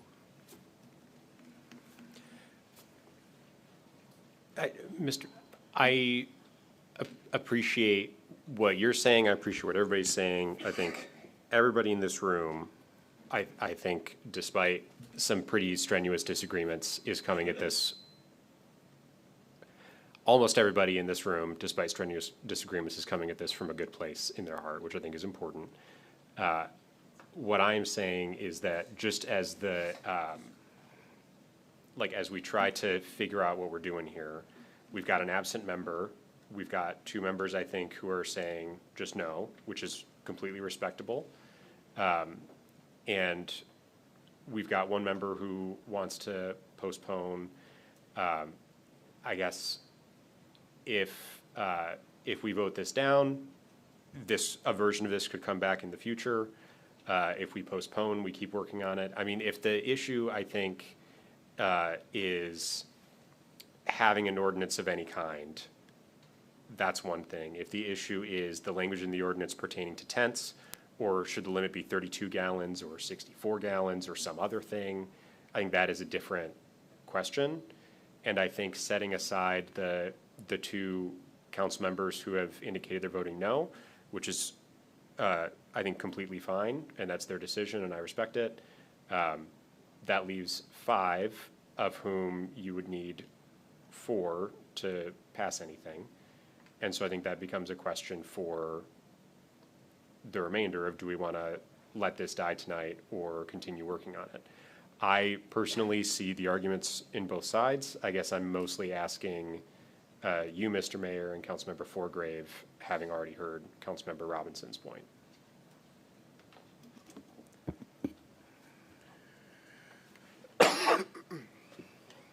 You know, I'd like to give Councilmember Dancy the opportunity to represent his ward on this matter, even if that is me and waiting a couple weeks. I am amenable to whatever the desire is. So I'm okay with that. I just, again, I think, just to reiterate, my concern is for us to spend more time to just get to a no. I just want to state my concern, but I'm okay with us waiting.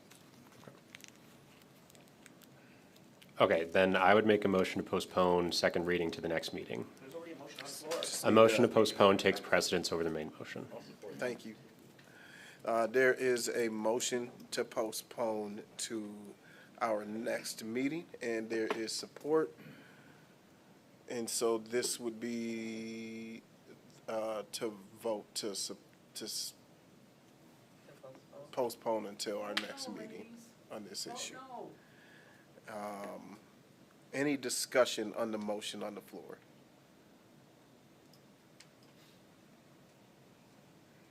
Seeing or hearing none, the clerk will tally and display the vote. Please refresh your voting apparatuses first, please.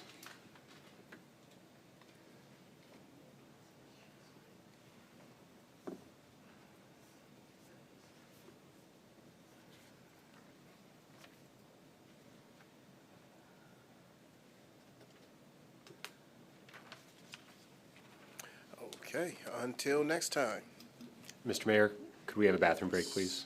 Is that a motion? Motion for a 5-minute recess. Let's make Thank it 10 minutes. Support. Moved and supported. All in favor, say aye. Aye. Arlene, he is bullying you. Don't let him get away with that. You said no. He's not taking no for no. Cindy.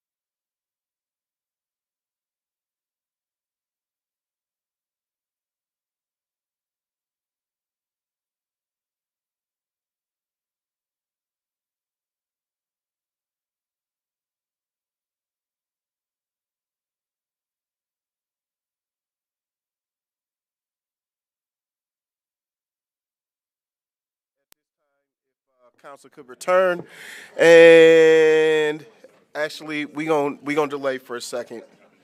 Sorry, the clerk is. I gotta wait for at least the clerk to come back. But if you can slowly make your way back, that would be appreciated. We gotta wait for the clerk.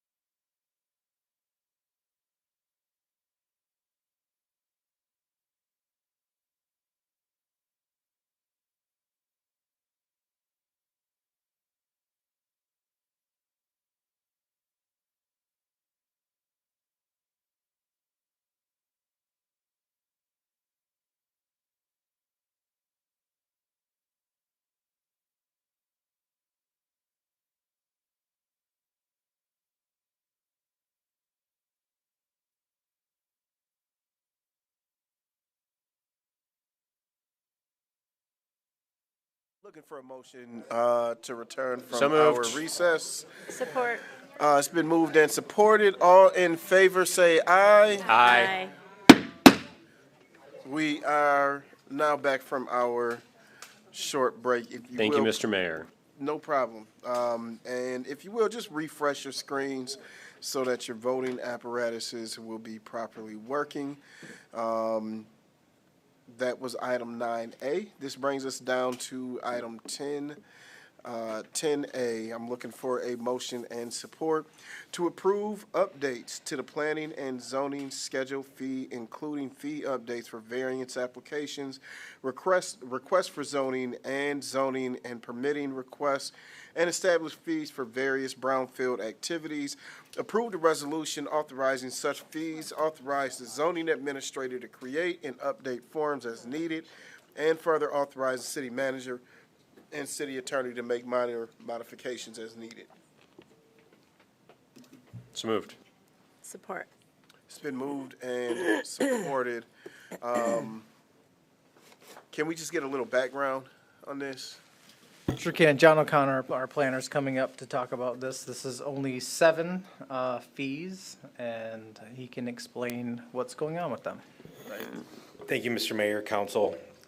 So over the course of the last year, I've had conversations with multiple zoning administrator planners across the area. And as I've been noticing, we've had a pretty substantial increase in our costs with public notice. Citizen Patriot costs have went up 60% since 2023, approximately $100 per notification. So that's obviously a big part of this this request for increase. And then also, we've seen with the brownfield plans multiple times where we have developers who come in, they want to put together a plan, our consultants review it, and then the plan sometimes doesn't come to fruition. When that occurs, we're using our local site remediation fund, our revolving fund, to cover those invoice costs rather than have the developer cover those costs. By adding the escrow account, we will actually have the money up front, and then anything that is not utilized will be returned to the applicant. And then if the plan is actually put in place, those dollars then would be put in the plan and then slowly returned in a TIF payment plan scheduled with that brownfield. Do you know off the top of your head, John, when the last time some of these other fees, because this is like the fee for a zoning permit is $30 going to $75. Yeah, that was created in 2017. Trying to think on the others, they date back further than that.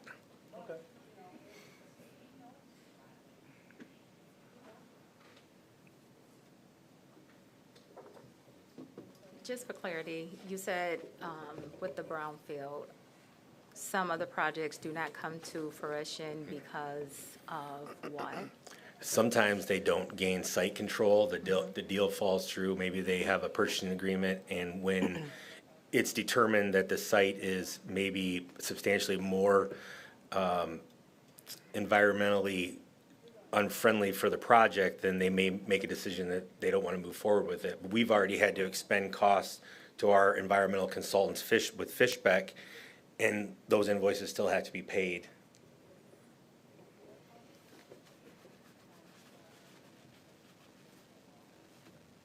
And so just to clarify, based on this fee schedule, so there have not been fees in the past for the brownfield or the. Yeah. Currently we have application fees, but we don't have anything in place to cover our consultants' costs. Got it. So this is also, to clarify, in line with exactly what the county is doing. Accelerate Jackson is working with the Brownfield Board for similar language to what we're doing. Okay, thank you. And John, there's a skin in the game factor for some of these developers too, right? Correct. Like this helps. We're basically talking about earnest money. Yes. When you're buying a house, like that's what we're asking for here. Yes, sir. So can you, one of the questions I asked, and thank you to Chris for reaching out to me and asking if I had any questions on this particular item. I appreciated that. One of the questions that I had for him that I'm still curious of is how did we arrive at what this is being justified by the cost of the service that we're providing.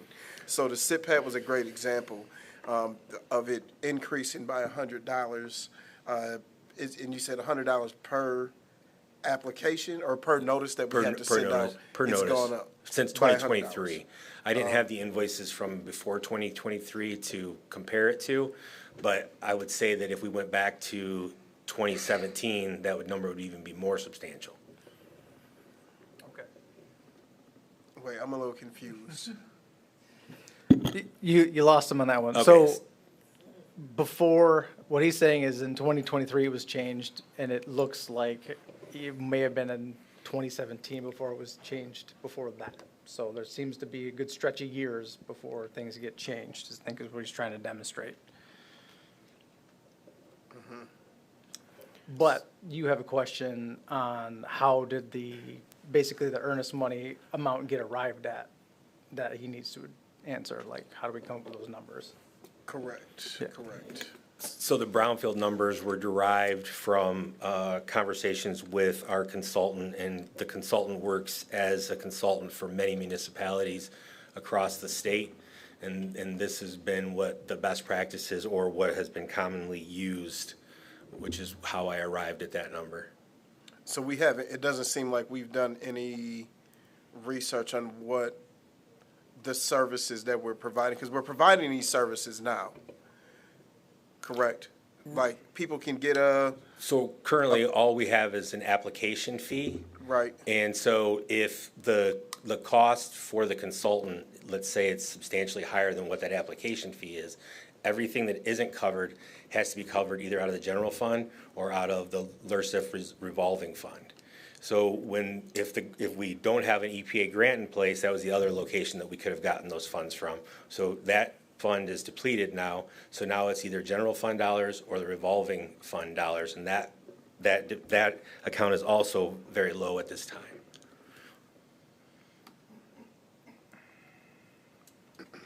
What is the application fee for those three? The brownfield housing, TIF, brownfield non-housing? Yeah, what is the application fee?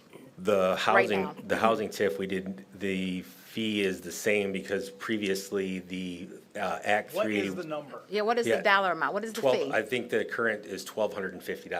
$1,250. And that comes out of the general funds right now from? No, the excess over that. The excess over that, yes, either comes out of the general fund or the revolving fund.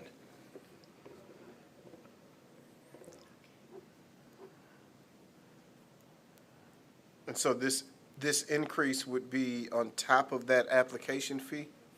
No, the escrow is only if it's used. So in other words, we're gonna have the dollar amounts. The application fee, yes, it will be in excess of that, but anything that's not used will be returned. It's only for services rendered. If they never get to the point where the consultants see anything, then that money is returned.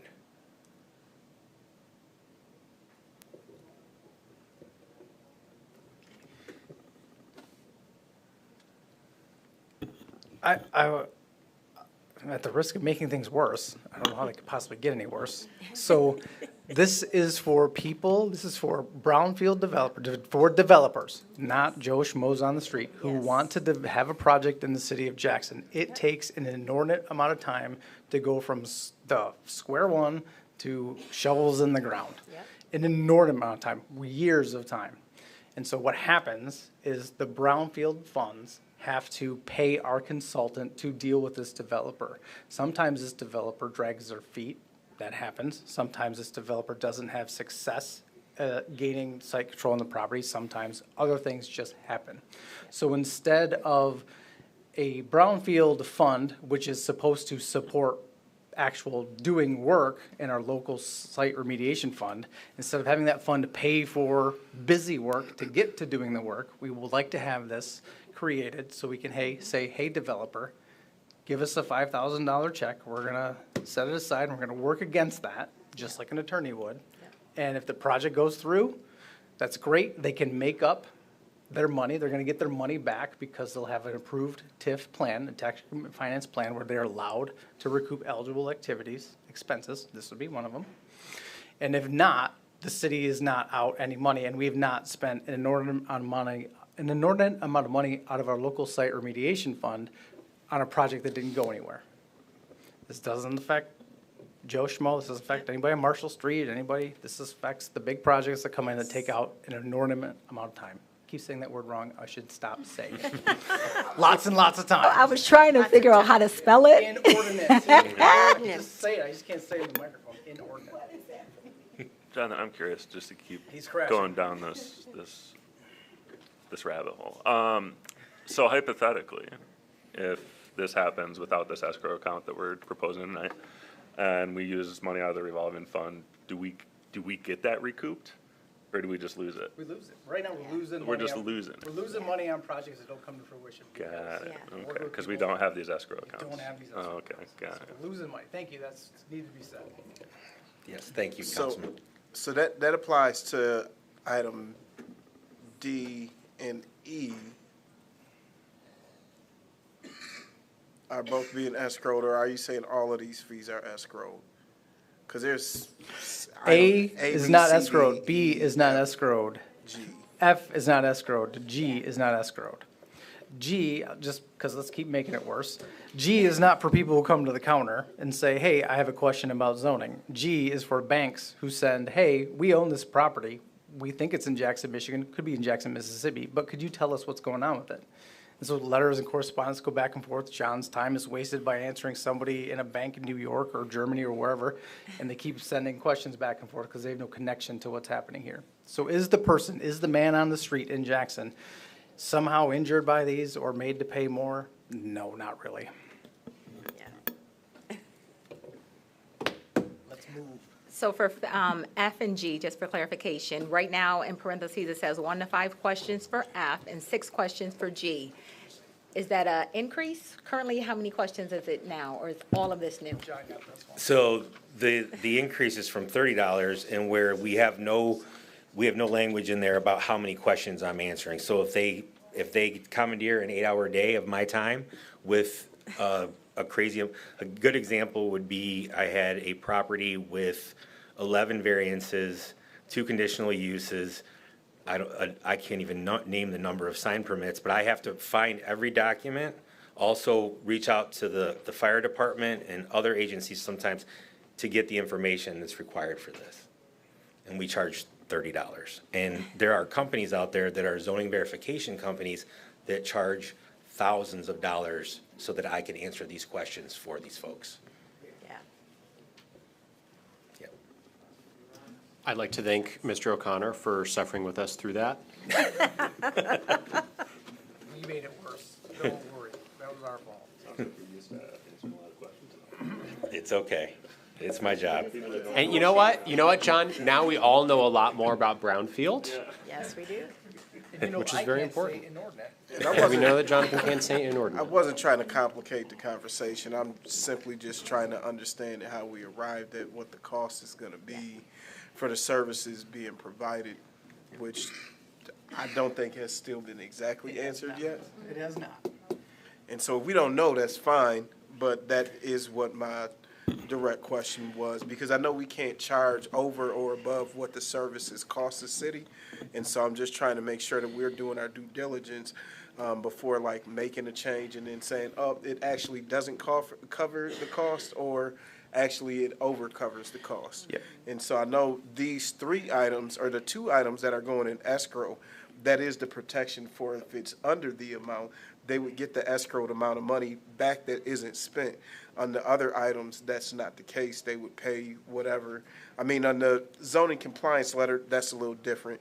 But for the zoning permit fees, for the fee for rezoning, for the fee for zoning variance application, those are items that, like, we should have some type of idea on what is this service costing us, and that being the justification for the increase in the cost. Yeah, and John hit that with the increased costs to notify things for rezoning and the variance applications. What could have been said better was that the advice we got from our environmental consultant on C, D, and E was a best practice that he's observed statewide and when he's working on different projects. Hey, my rate, $175 an hour, usually takes this many hours to get a project over the finish line if everything goes right. John, I'm seeing other places, they do 5,000. I recommend Jackson do 5,000. Same thing with the one that's for 10,000. Same thing. Yeah, That's- projects over that's the more- 500,000. And we don't think this will impact any of the projects that we foresee happening in the near or semi-near future? No, when it comes to their brownfields, these activities, they get recouped by the developer. So yes, you have to pay a little bit in the beginning, but a brownfield property and a project, there's nothing straightforward about it. So it's a risk everybody's taking together. Okay. Okay. Thank you. You're welcome. Any other questions? All right, thanks. Don't fucking say that.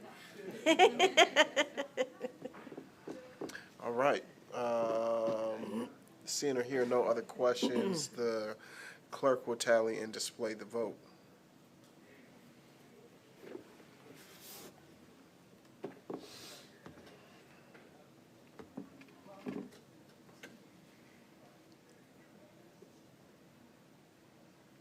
And that brings us down to item B, looking for a motion and support to approve the 2026-2030 draft labor agreement between the City of Jackson and the POLC Non-Supervisory Unit Jackson Division. Support. It's been moved and supported. Any discussion? Mr. City Attorney, I have absolutely in no way any connection to this. Do I have a conflict of interest? I think you've answered your own question, but. I just no, want to be sure, because I'm sure we're going to hear about it. You do not. Thank you. And did I threaten your job if you indicated another answer? You also did not. Okay, thank you. We appreciate those important clarifications. Any other questions, comments, concerns? Yes, sir. I would just like to thank the bargaining team from the POLC non-supervisory unit, and then congratulate the members of the unit on a respectful, successful negotiation process that went quicker than I expected, and I'm not going to buy into what people say with negotiations. We work together every day, so when there's a win-win to be had, I think this is a win-win. I'm very proud of the work that we did to get here, especially with our bargaining counterparts at the union. Okay. Seeing or hearing no other comments, questions, or concerns, the clerk will tally and display the vote.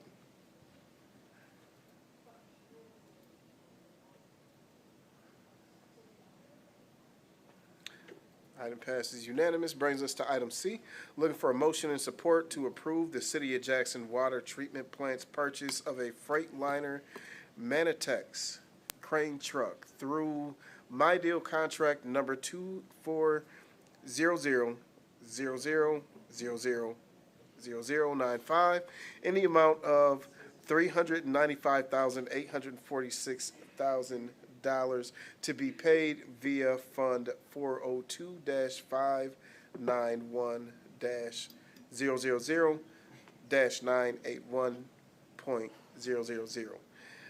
Approved in the 2026-2027 budget. Authorize city manager and director of public works to execute the appropriate documents. Motion to buy a crane. Support. It's been moved and supported. Any comments, questions, concerns? Currently, we only have one. Good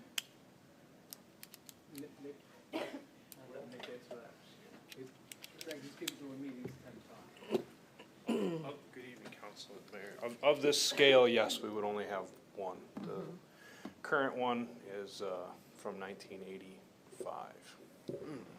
Got a little use out of that one, huh? We bought it used in 2002. It's been a good machine, but it's time for it to go. It's time to upgrade and make sure everybody stays safe. How will we dispose, well, what would happen with it? There's Now a that we're not farm. using it anymore, what happens? What would we do with our new? With the old one? With the old one, we would probably send it to auction. I would have to talk with DPW's motor pool division and see exactly what they would do with it, but I believe it would probably go to an auction. Somebody else can try to make it a good yard ornament, I guess.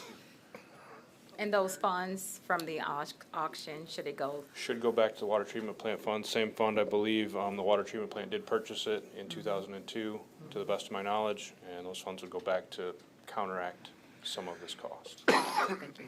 You're welcome.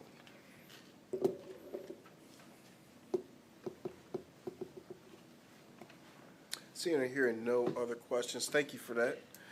Seeing or hearing no other questions, the clerk will tally and display the vote.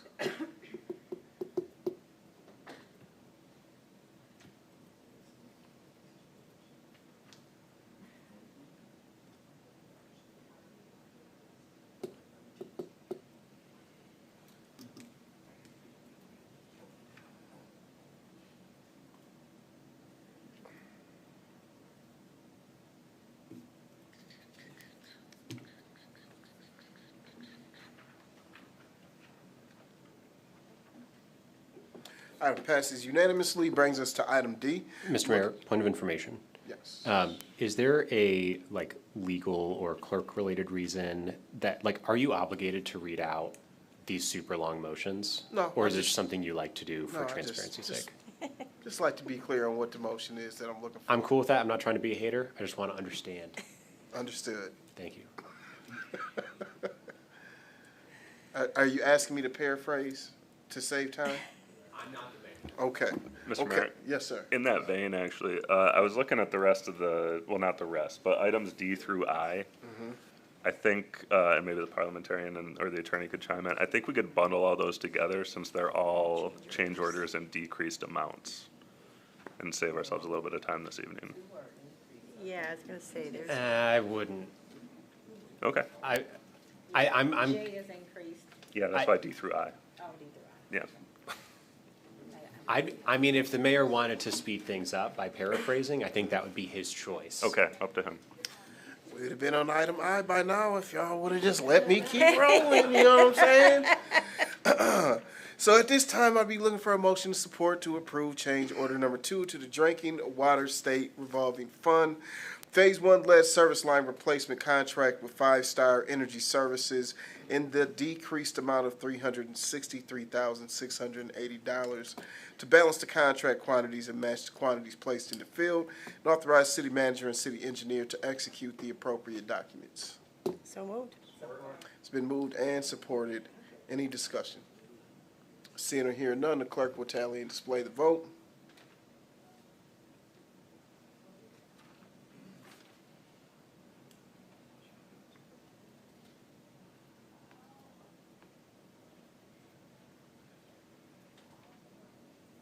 Item passes.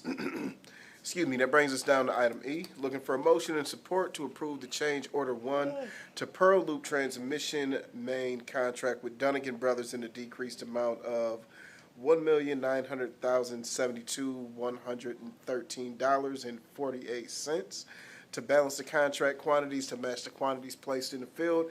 Authorize the city manager and city engineer to execute the appropriate document. So moved. It's been moved and supported. All in favor, or sorry, any discussion on the item? Seeing or hearing none? Mr. Mayor, Yes. I'm just looking at these large amounts, and I appreciate it being a decreased amount. Is it an approximate amount when we approve these items, and then once we get into the projects or whatever we discover that all the funds were not utilized? So this is the end. So when you see these are not approximate. This is like, they've used, instead of the 100 yards of dirt that were estimated to be part of the project, they used 82. So this is reduce that 18 yards of dirt and then the requisite labor to move all the dirt. So these are done. Right, so I get that, but I'm just saying on the front end. Oh, when and we The are contract appro- is bid, we approve the bid, Yeah. and then as they do the work, as things become, in most cases, more expensive. In a lot of these cases today, less expensive. Which is great. At the end of the project, they have to match up what they actually spent versus what we approved so that everything matches. That's accurate, Yeah, right? sorry. Mr. Yeah, Manager? that's Sorry. exactly. Yeah, Yeah, no, I there you go. understand these others. Okay, these are fine. Yeah. Seeing or hearing no other questions, clerk will tally and display the vote.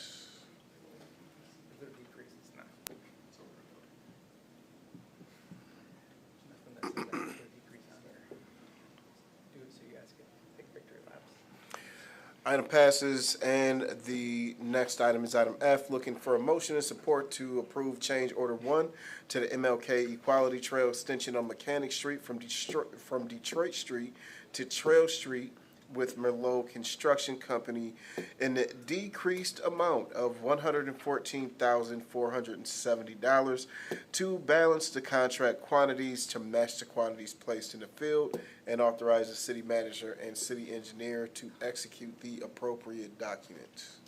So moved. Support. It's been moved and supported.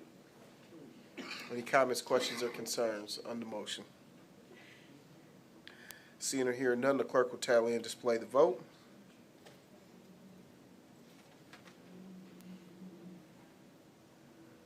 Item passes unanimous, brings it down to item G.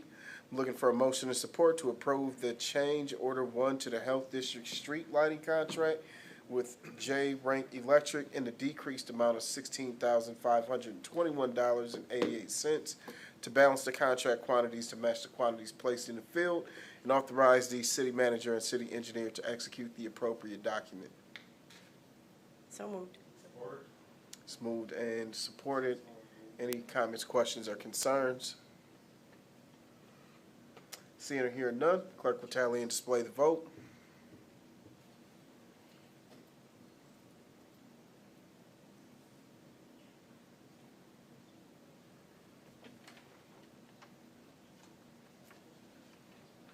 Item passes unanimously. Looking for a motion and support on item H to approve the change order 1 to the Hupp Morel transmission main contract with Dunnigan Brothers in the decreased amount of $316,483.82 to balance the contract quantities to match the quantities placed in the field, and authorize the city manager and city engineer to execute the appropriate document.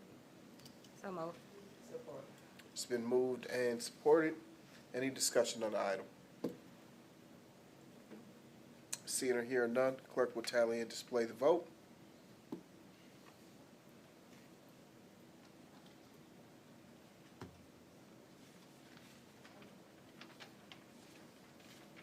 Item passes. That brings us down to item I. Looking for a motion and support to approve change order 1 to the Bloomfield Boulevard resurfacing contract with Michigan Paving and Materials Company in a decreased amount of $19,808.82 to balance the contract quantities to match the quantities placed in the field, and authorize city manager and city engineer to execute the appropriate document. So moved. Support. It's been moved and supported. Any discussion? Just a question, maybe for Jonathan. This reduction does affect the assessments? Excuse me. That was a great question. Seeing or hearing no other questions, clerk will tally and display the vote.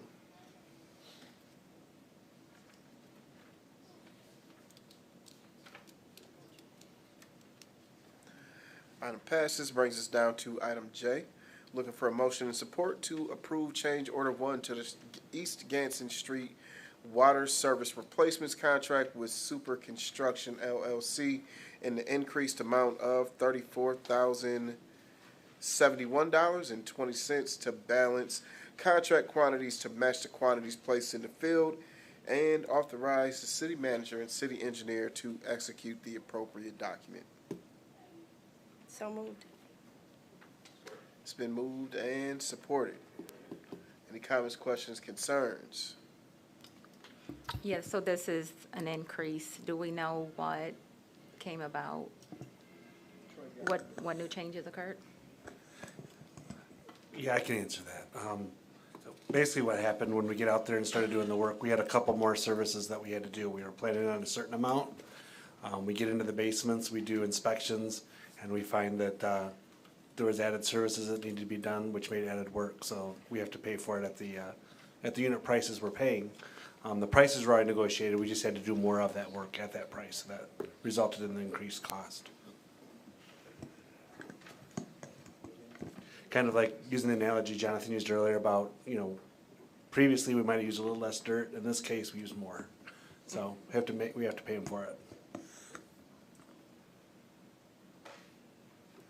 Because I've read every one of those things where you have both lines to figure out where we were saving money, where we were spending money. Dirt was big. Okay, seeing or hearing no other comments, questions, or concerns, clerk will tally and display the vote. Item passes unanimously, brings us down to item K. I'm looking for a motion and support to approve Amendment 3 to the 23-006 MLK Corridor Reimagine Engineering Contract with Hubble, Roth, and Clark of Jackson, Michigan at a not-to-exceed cost of $101,176, and authorization for the city manager and city engineer to sign the appropriate document. So moved. It's been moved and supported. Any comments, questions, concerns? Mr. Mayor, I have a question. Maybe Troy. I don't know, maybe I confused it, but was this for, I thought it said Morel through Washington. Can I give you a little rundown of everything that's in here? Would that be helpful? Yeah. Okay. So this contract was originally awarded for the engineering on the MLK project, the corridor project from south up to Morel. And in that project, we're going to build the road, replace the water main, and replace the sewer. Well, along the line, we, during the development of the project, we replaced a transmission main, a separate water main that runs up there. We added that to the construction contract, but we did not add the engineering for that. So we need to pay the consultant for the extra work for that. We also have to, I have other non-MLK related items in here. We got a grant to replace some critical valves throughout the water system. We have to meet all the federal guidelines and do the engineering for that. I've included those costs in here. And then I've also included some costs for getting the next phase of the lighting district started. And that, again, a non-MLK project. And then lastly, we got to do a traffic asset management plan to the state. It shows how we're going to be planning to use our transportation funds.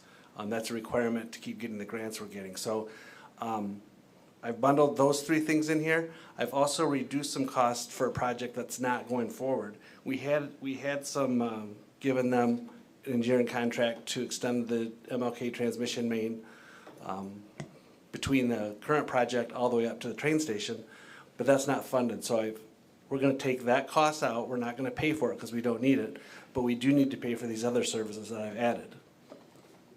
Is that helpful or is that more confusing?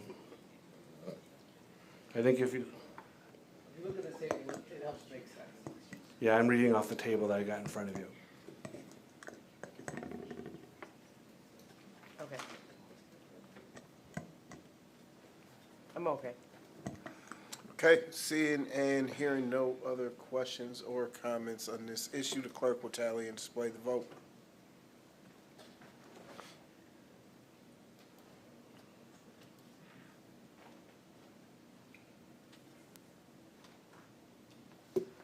Item passes unanimous, and that brings us down to council member comments. I will start with Councilmember Gunn.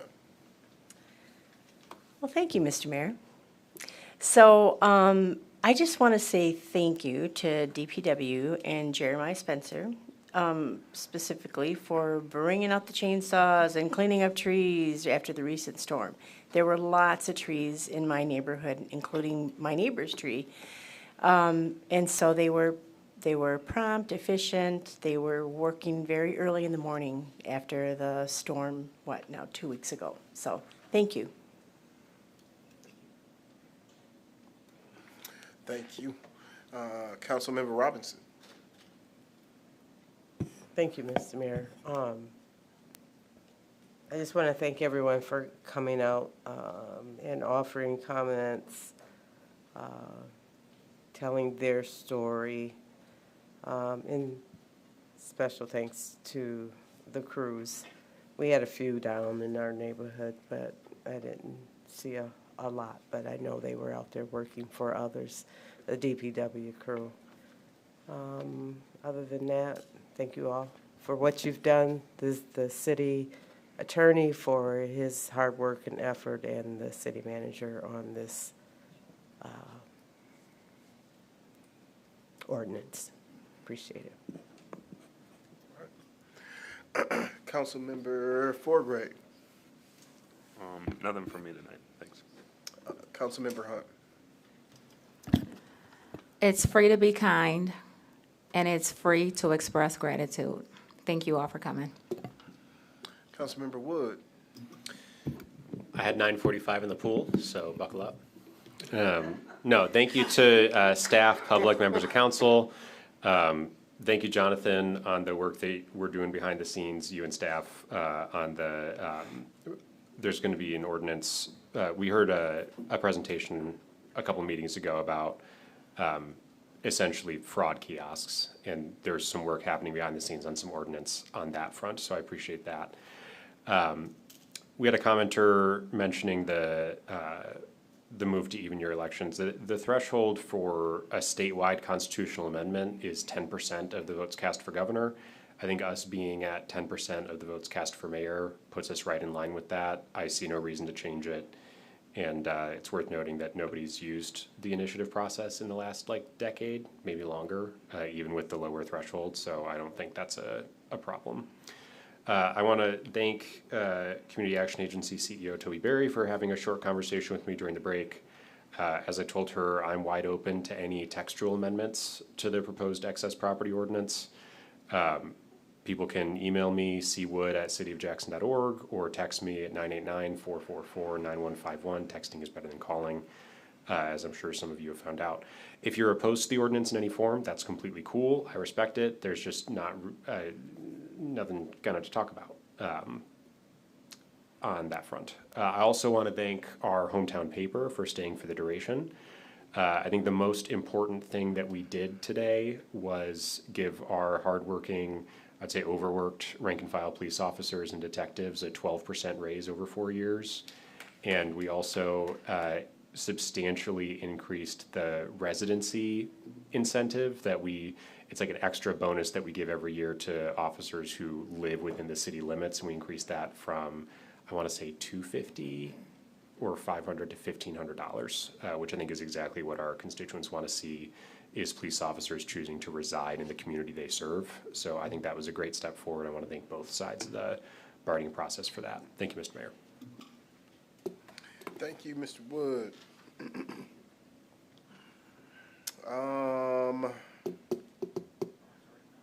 Thank you to everybody who came out to express their concerns about all the issues on the agenda tonight. I think all the issues that we take care of are important issues. I also think it's important that we show up in this space in a respectful way. I'll apologize for my own language. I can admit when I'm wrong. I was very frustrated. I intentionally said the word, though. Intentionally. Sometimes I need to grab your attention so that you can understand the severity of a situation. I feel like my biggest job as mayor in these meetings is to keep order. And that's what I'm trying to do. And I think it's also important for me to keep decorum and for people to be respectful in this space. You absolutely have the right to exercise all the amendments. I think that you should exercise them respectfully when possible in all cases.